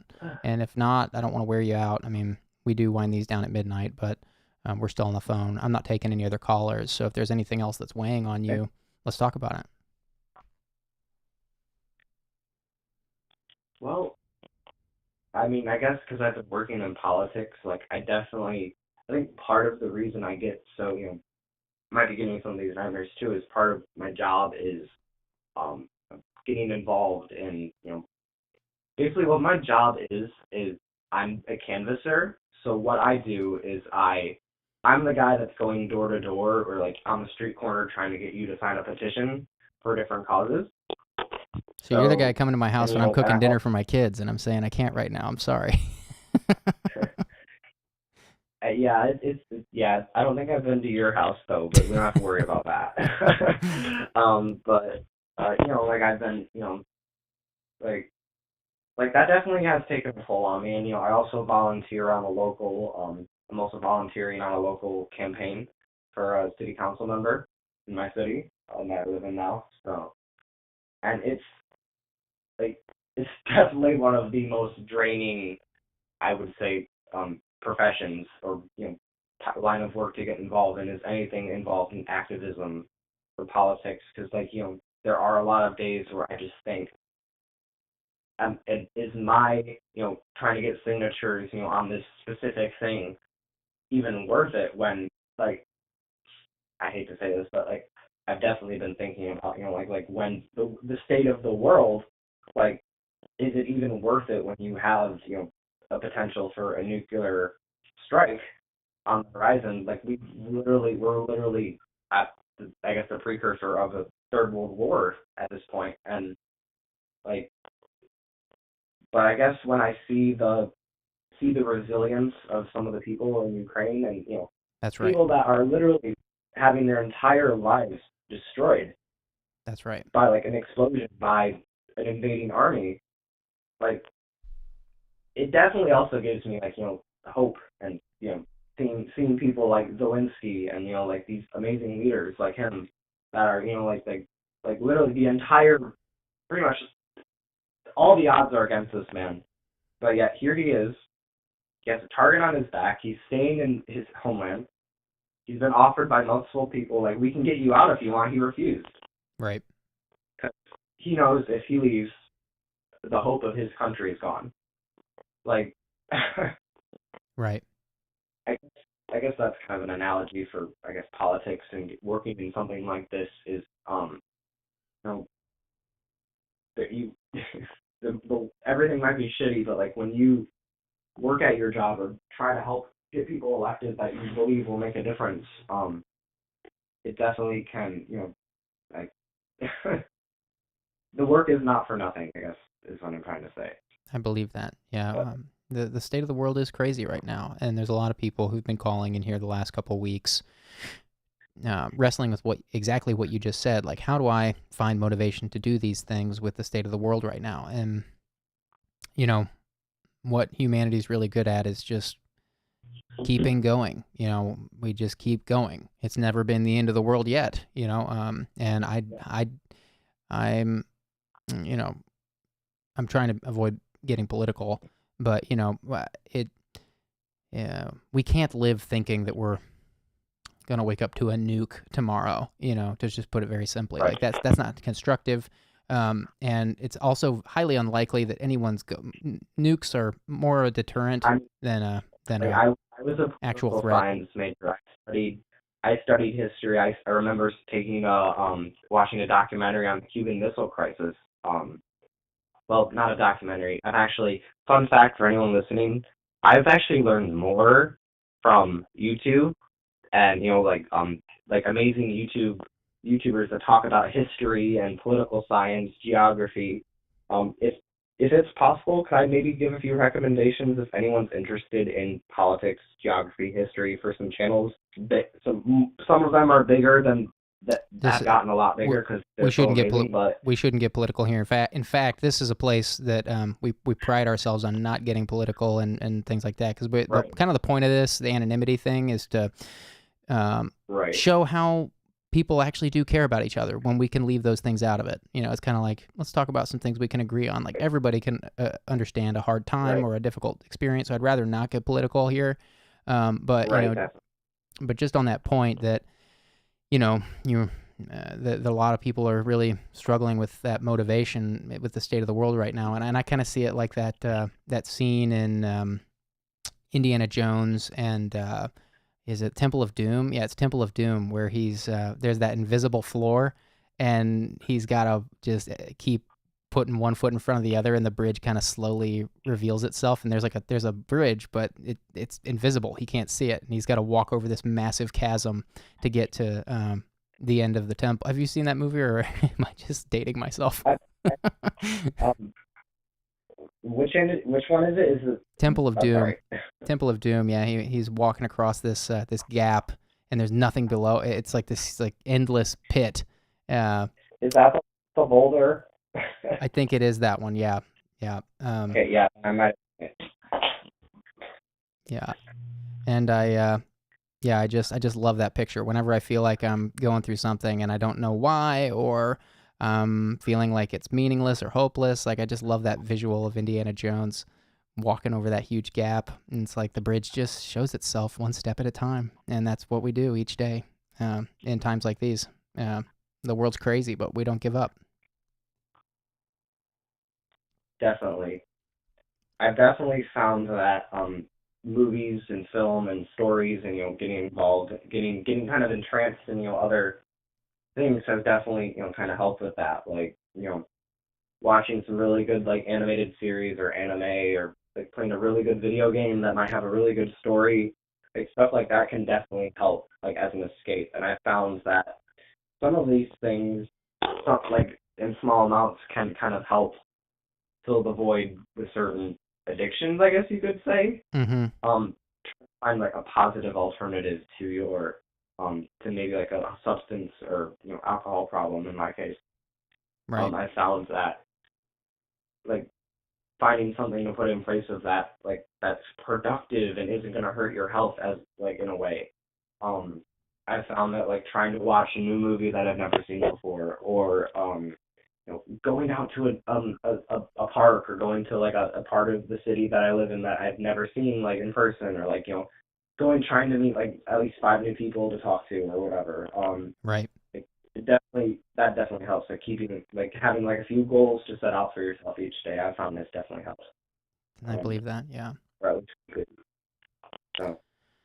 Well, thank you so much for sharing your incredible story. I love hearing stories like yours. I love hearing from people that have this drive that you have despite what you came from. There have been a number of callers who've called in here with that same spirit, and it just gives me so much hope. And you know, people like you are really special, and I would love to see you in the Discord. The chat really wants to see you there, so I'm hoping that we'll find you there. Okay, I'll definitely try and get on there. Yeah, is the Discord anonymous as well, or like? 'Cause, I mean, I'd be fine like giving that out like to the people on the Discord, but like I'll still remain anonymous on this, right? Like no one's gonna know this about who I am on this. You don't have to phone call, reveal. right? You don't have to reveal anything about yourself in the Discord. It is tied to your account, although there is now a brand new anonymous confession channel, which is completely anonymous. I don't see anything about who posts there. The mods don't see anything about who posts there. So if there's ever in the future anything that you want to get off your chest in text, you can do that there. But yeah, you can feel free to join the Discord, and you don't have to reveal anything about yourself. You can just be there, just in the group. Right, definitely. And I definitely have to get to bed here soon because I have work coming up. But yeah, if I could end on a quote for everyone listening, I'd love that. this is actually one of my favorite quotes. Okay. Imperfection is beauty, madness is genius, and it's better to be absolutely ridiculous than absolutely boring. Marilyn Monroe. And that's definitely a quote that I try to live by. You know, I don't like to be like, I definitely don't try to restrain or repress the parts of myself that I have come to love and understand, you know, like being who I am. And that goes for just everybody. I don't think it just goes for people in the LGBT community, people everywhere, all over the world. If you wanna take a cooking class, take a cooking class. If you wanna learn how to paint, take a painting class. If you wanna draw interesting drawings on Tumblr, do it. No one's fucking stopping you. If it's not hurting you, it's not hurting other people, do it. Follow your dreams, follow your passions. No one's holding you back. And if anything you got anyone listening can take away from this that might not be gay, but like follow your dreams. Do what you have to do, to live a good life and be happy. But like don't do things that you might regret or that could put you in danger or that you might be living with for a while. Just think about stuff before you do certain things, I guess. That's beautiful. But anyway, I gotta hang up. I have work tomorrow, but I'm so glad I found this this amazing thing that you put together. I'll definitely be looking into the Discord. Yeah. So have a good night, have a good morning, have a good whatever the hell it might be in whoever's watching this part of the world. But hey,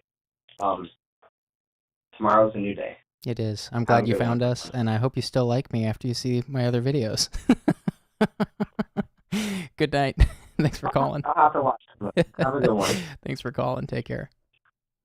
What a beautiful caller. You guys are amazing. Gosh, those calls like that last one just really get me. That was, man, we need more people with that drive. It's so amazing to hear that in the caller's voice with everything that they have gone through. A lot of those people give up, and it's really special when they don't. And I absolutely love this thing we're doing. Guys, it's very late. I'm going to turn this thing off. I love all of you and appreciate the mods for keeping the chat clean. Off-core, Jake Cooper. Don't think I saw Noda tonight. You guys are awesome. Thanks for all the support, for the callers, all the ideas, and for just being there. You guys rock. And yeah, we'll see you guys again here on Sunday night at 9 p.m. Central. For those who maybe are just watching for the first time, you can find more information in the video description, but we do these 3 times a week, Sunday, Tuesday, Thursday, 9 p.m. Central until midnight. And yeah, I am always looking forward to these, always a special time. So thanks for being awesome. Take care of yourselves, and I'll see you soon.